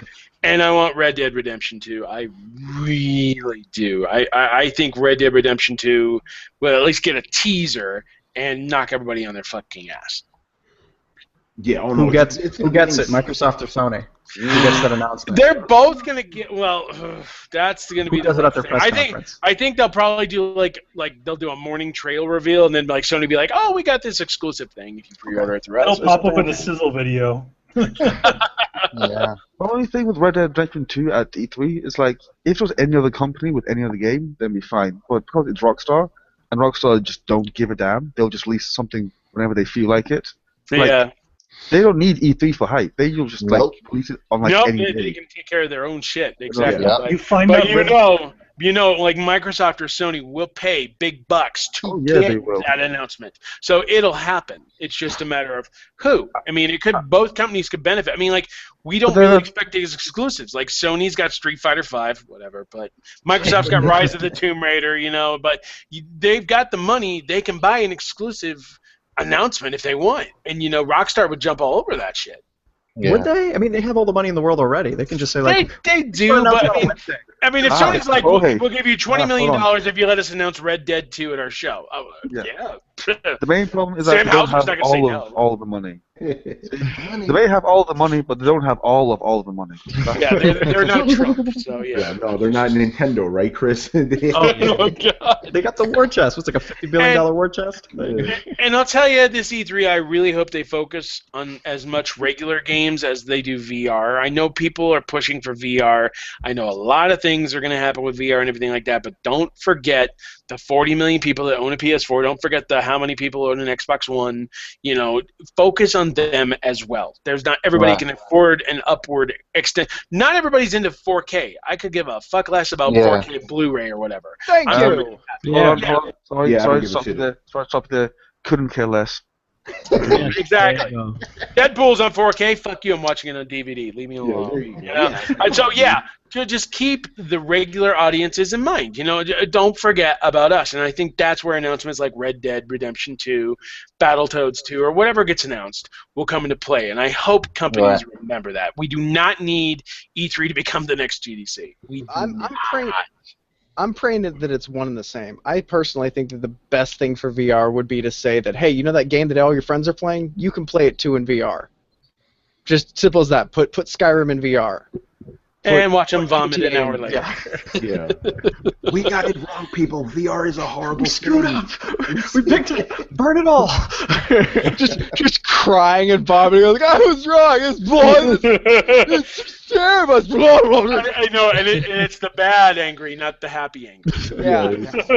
I'm just imagining the ending of Planet of the Apes now. That's what's going to happen in society. You blew it up. Damn you, Lucky Palmer. All right. I guess it's my turn. So, because I think Richard fell asleep. Okay. My joke answer, which hurts me to say. I want somebody to go. I don't care. Microsoft, Sony, whatever. Somebody comes up on stage from Crystal Dynamics or Eidos.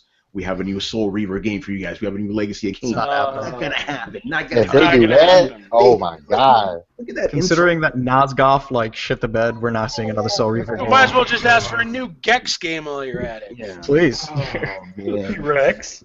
He hacks his way into Comcast, gets killed automatically. Yeah, I remember. Oh, man, I'm about to cry right now. Fucking Nosgoth. I remember when George, you were telling me about this game. Like, oh yeah, if you're into Soul Reaver and blah blah, it's not for you. I'm like, okay, so I'm not even gonna bother. I was like, Nosgoth.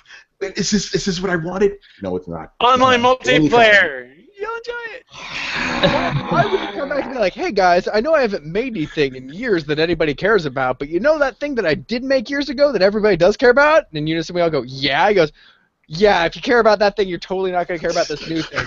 Hey, good news, we're bringing back Warhawk. Bad news, it's online multiplayer only. Oh, man. My real answer, like I said, I want I know we're probably not going to get it, but I want a definitive answer on the fucking Neo and Scorpio already. I want these fanboy wars to end. This is ridiculous. These guys are literally dude, the fanboy shit is not going to end. It's not. Robert, it's got to the point where these guys are literally debating which rumored console is better. This is insane now, It's like, really, guys? Oh, this has 6 teraflops, that 4 teraflops. How the fuck do you know that? Do you even know what a teraflop is? No, it's what I do after a few dozen beers. Yeah. So, but yeah, I'm gonna piggyback off what Reggie said. I do want just a lot of good games, a lot of good showing. Show that industry is nice and healthy. Yeah. All right, so that's pretty much it. So I'm gonna have you guys plug your shit. Robert, man, thank you once again for being on, man. A lot of fun having you. My pleasure. Yeah, my pleasure. You can find my work you can find me at twitter.com/thedcd. You can also find me on Facebook. I also do work over at maroonersrock.com. I do work at primagames.com, alsdaily.com, and of course opshead.com, where we're gonna have try to cover the hell out of Call of Duty next week. So if you like Call of Duty, there you go. We'll probably get some Titanfall and Battlefield stuff going as well. So Cool. check that out. And thanks for having me on the show. You guys have been really great. Everything like that. I know I've busted a few chops, but that's pre-E3. That's what we do on Throwdown, man. You fit in perfectly. And yeah, we definitely want you back on here. So I want to do the whole interview thing with you. Yeah, man. yeah. I'll bring my teraflops. Yeah. And, my terra flip-flops. That's it, yeah. And of course, my Dominican brother, George, man. Thank you for being on, man. A lot of good insight from you, man. Thank you. I think you can follow me on Twitter. I'm George X, or for my Spanish-speaking people, Jorge X. Jorge X. You can check out my site, joystickin.com. We're on YouTube, Twitch, all that fun stuff under the same name. I also do work for the New York Video Game Critics Circle. We do an award show every year. We also do community events. If you want to write about video games or kind of like want to be work in the industry, video games adjacent, reach out to me. We do good events. We good mentoring, that sort of thing. And thanks for having me on. I forgot that these run like 4 hours, Tony. For Christ's sakes, Jesus. Yeah. Hey man, we go in, man. And people love the long shows. That's the crazy thing, you know. And Reggie, man, you of course giving us the scoops, man. While fighting your daughter. Yes, that was great. That was the first time we ever had a little girl on Throwdown. That was ridiculous. She literally threw down. Yeah, she threw down. Yeah. But yeah, Reggie, man, thank you again, man. No problem, man. Anytime. You can follow me on Twitter, Killer Instinct, on Twitter. And you know, if anybody, just follow me. If I can answer a question, I'll answer it. If not, I won't be able to do it because the people that give me the secrets I ask, hey, they give me what they can, and that's that. So. That's it. Workman X with an inside scoop just for you. Yeah. I remember that, man.